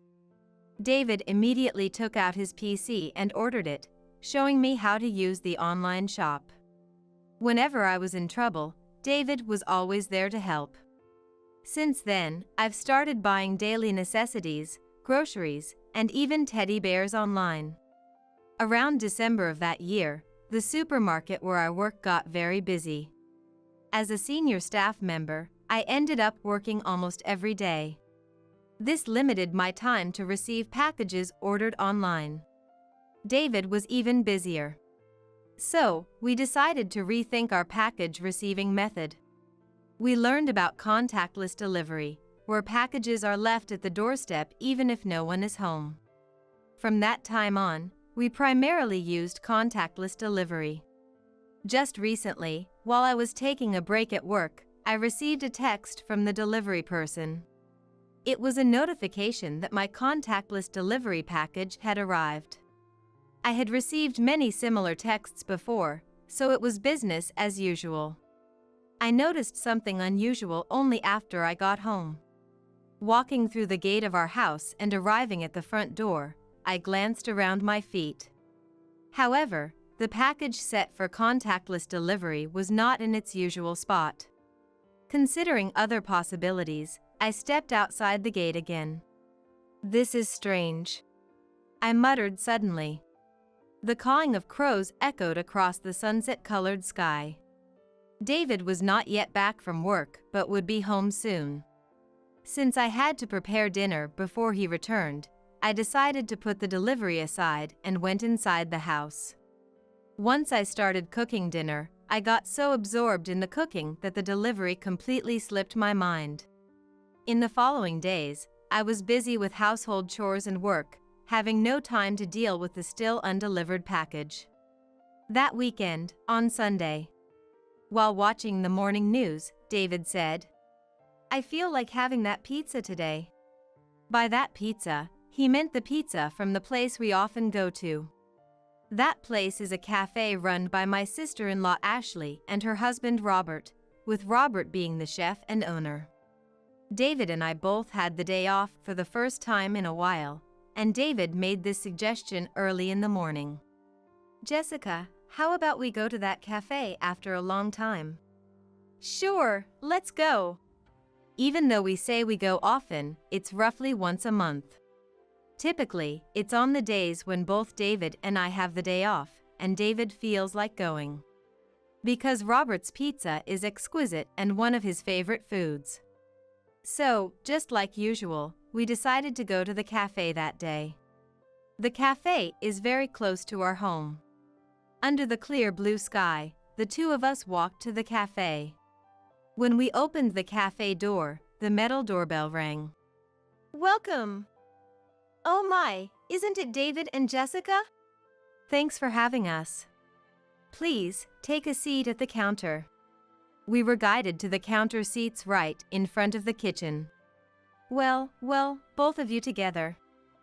How have you been? As usual, the two of them, skilled at customer service, greeted us energetically. We're still going strong. Although there were only 4 people in the store, it felt bustling. I loved this cheerful atmosphere and thought this place was wonderful. Robert, can we have the usual 2, please? Leave it to me. Saying this, Robert blushed and started baking the pizza. He sliced the freshly baked pizza and handed it to Ashley. 2 pizzas, here you go. This pizza is incredibly delicious. Even though we've had it many times, it's a taste that you suddenly crave, and it's always delicious whenever you eat it. After we finished the pizza, they served us some coffee. It really is delicious every time. Thank you. Ashley said this while sitting across from me at the counter. At that moment, I noticed something. She was wearing earrings similar to the ones I had ordered from an online shop. Ashley, those earrings are cute. Where did you get them? Really? Thanks. I bought these from an online shop. Is that so? Online shopping is really convenient, isn't it? Yes, it is. But with this cafe running all the time, I'm hardly ever home during the day and don't have time to receive packages. In that case, how about using contactless delivery? Contactless delivery? Is that really a thing? I decided to explain the concept of contactless delivery in detail. As I was explaining, I recalled my own experiences with contactless delivery and began to share them. Contactless delivery is great, but sometimes there are mistakes. There have been a few times when my packages didn't arrive. I've paid for them, so I want to contact the delivery company, but I just don't have the time. Really? I didn't know that could happen. At this point, I decided to check the status of my current contactless delivery packages again. The top one, a limited edition teddy bear I ordered yesterday, was still showing as preparing for shipment. I pointed it out to Ashley. Ashley, look. It says this hasn't been delivered yet. Yeah, I see. Then, I pointed to the second item on the list, a set of cosmetics marked as delivered. This one is supposed to have arrived already, but it hasn't. I wonder what's going on. I hope you find it. At this moment, I glanced at David. David and the others were discussing something else, but we ended up talking about this issue. Well, I guess we should just wait and see if it gets delivered eventually. He gave a nonchalant smile as he said this. David has such a laid-back personality that he didn't seem to think it was a big deal. After our small talk, we left the store. On the way back home, I suddenly opened my mobile phone to check the delivery history again. The status hadn't changed, most of the packages were still marked as delivered. I started thinking about the possible reasons why they hadn't arrived. Maybe the local delivery company was holding on to them, or they were delivered to the wrong house. Surely, no one in the neighborhood would steal a package left on someone else's doorstep. My biggest concern now was whether the limited edition teddy bear, which was supposed to arrive soon, would actually get delivered. I decided that if the teddy bear didn't arrive, I would pursue the matter further. I had made up my mind about that. 2 days had passed since our visit to the cafe. As soon as I finished work, I eagerly checked my mobile phone. The status of the long-awaited limited edition teddy bear had changed to delivered. I quickly changed out of my work clothes and left the office. My pace quickened as I headed home. When I arrived, I looked for the package. But there was no sign of the box anywhere. Why? I was frustrated that the package hadn't arrived at my house yet, and I was still without an answer as to why. Until now, the missing items had been things like cosmetics and spices, so I didn't feel the urgency to resolve it quickly. However, this time was different. The teddy bear, which I had been looking forward to adding to my collection, hadn't arrived. I was determined to get to the bottom of this. That night, I talked to David about it. The teddy bear that was supposed to arrive today didn't come. That's serious. How many times has this happened now? Maybe 3 times. It's really strange, isn't it? Let's call the delivery company right now. Yes, let's do that. I called the delivery company. But, as expected, the result was the same. The delivery person who handled the package answered the phone. The package set for contactless delivery is missing. Really? I definitely left it at the front door. Is that so? I thought it might still be with you. What's going on? So, it's possible someone stole it. How about reporting it to the police? Thank you. I'll think about it. For some reason, I felt sorry for the delivery person too. Even if I file a theft report, I wasn't sure if it was really stolen, and I was a bit troubled. At that moment, David said, "Let's ask Emily. She might know a solution." Emily is our daughter who turned 40 this year. She is now married to a man who works at a beekeeping farm and spends her days with a lot of bees. Since it would be easy to talk to Emily, we decided to rely on her. Hello, Emily? What's up? It's about the last month. You see, our contactless delivery packages haven't been arriving. I detailed the recent delivery issues to Emily. Of course, I also told her that the delivery person confirmed they had delivered the packages. It might have been stolen. I thought so too. What should I do? If the packages are being stolen every time, I have a good idea. Then she suggested something quite outrageous. I'll send some bees. If the thief receives them, we'll know who's stealing the packages. Honestly, I thought it was too bold, but it might be worth a try. Can you really do that? Don't worry. We have thousands of bees. It'll help identify the thief quickly. Half doubtful, half believing, I waited for the bees to arrive. A few days later, after work, I checked my phone and saw that the package had been delivered. When I got home and checked the front porch, the package was gone as usual. I wasn't sure if this was good or bad, but there was nothing I could do at the moment. Feeling quite resigned, I spent a few hours in a daze. Then my phone rang. It was a call from Ashley. Hello, Jessica. Can you come over for a bit? Her voice sounded urgent and panicked. Ashley lives just a short walk away. Okay, I'll come over right now. When I arrived at Ashley's house, she led me to her room. The room was full of bees buzzing around. Whoa! What's this? I opened the box and this happened. First, I was shocked to see the room full of bees, and then I was stunned to realize that Ashley was the thief. Emily had told me that bees at this time of year wouldn't sting unless provoked. So, I hadn't been stung yet, but I didn't know about Ashley. I thought I should call Robert, who was likely at the cafe, and I dialed his number. Since discussing this in a room full of bees was impossible, we stepped outside. The 3 of us gathered in front of the house. I questioned Ashley there. Now, Ashley, why do you have that box of bees in your house? I don't know. I just took it and opened it because it was in front of my house. That can't be. That box was sent to me by Emily. I'm telling you, I don't know anything about it. Did you steal it, Ashley? I'm telling you, I didn't. Ashley raised her voice. If you say you didn't, can we check your room? Maybe we'll find more stolen items. No way, that's not possible.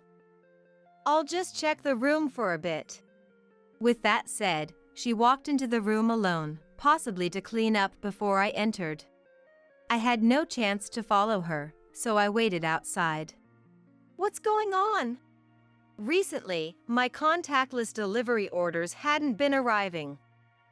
I suspected they were being stolen, so I consulted Emily. She then sent that bee. As I explained the situation to Robert, we heard Ashley scream. Ouch! Apparently, she had panicked and ended up agitating the bee, which stung her. Ashley came out of the room looking exhausted. With the room in that state, please leave for today. She meant that with the bees flying around, we couldn't enter the room today. Just then, a stranger approached us. He was a man named James, a beekeeper living nearby, and an acquaintance of Emily. After introducing himself, James said, "Emily asked me to collect the bees. Is that okay?" "Yes, please do." While Ashley was still flustered, Robert and I guided James into the room. We continued talking outside while waiting for the bees to be collected. "Looks like we'll be able to check the room today." But there's nothing to see, it's all stuff I bought myself. Ashley was unusually assertive. She probably intended to claim everything in the room was hers.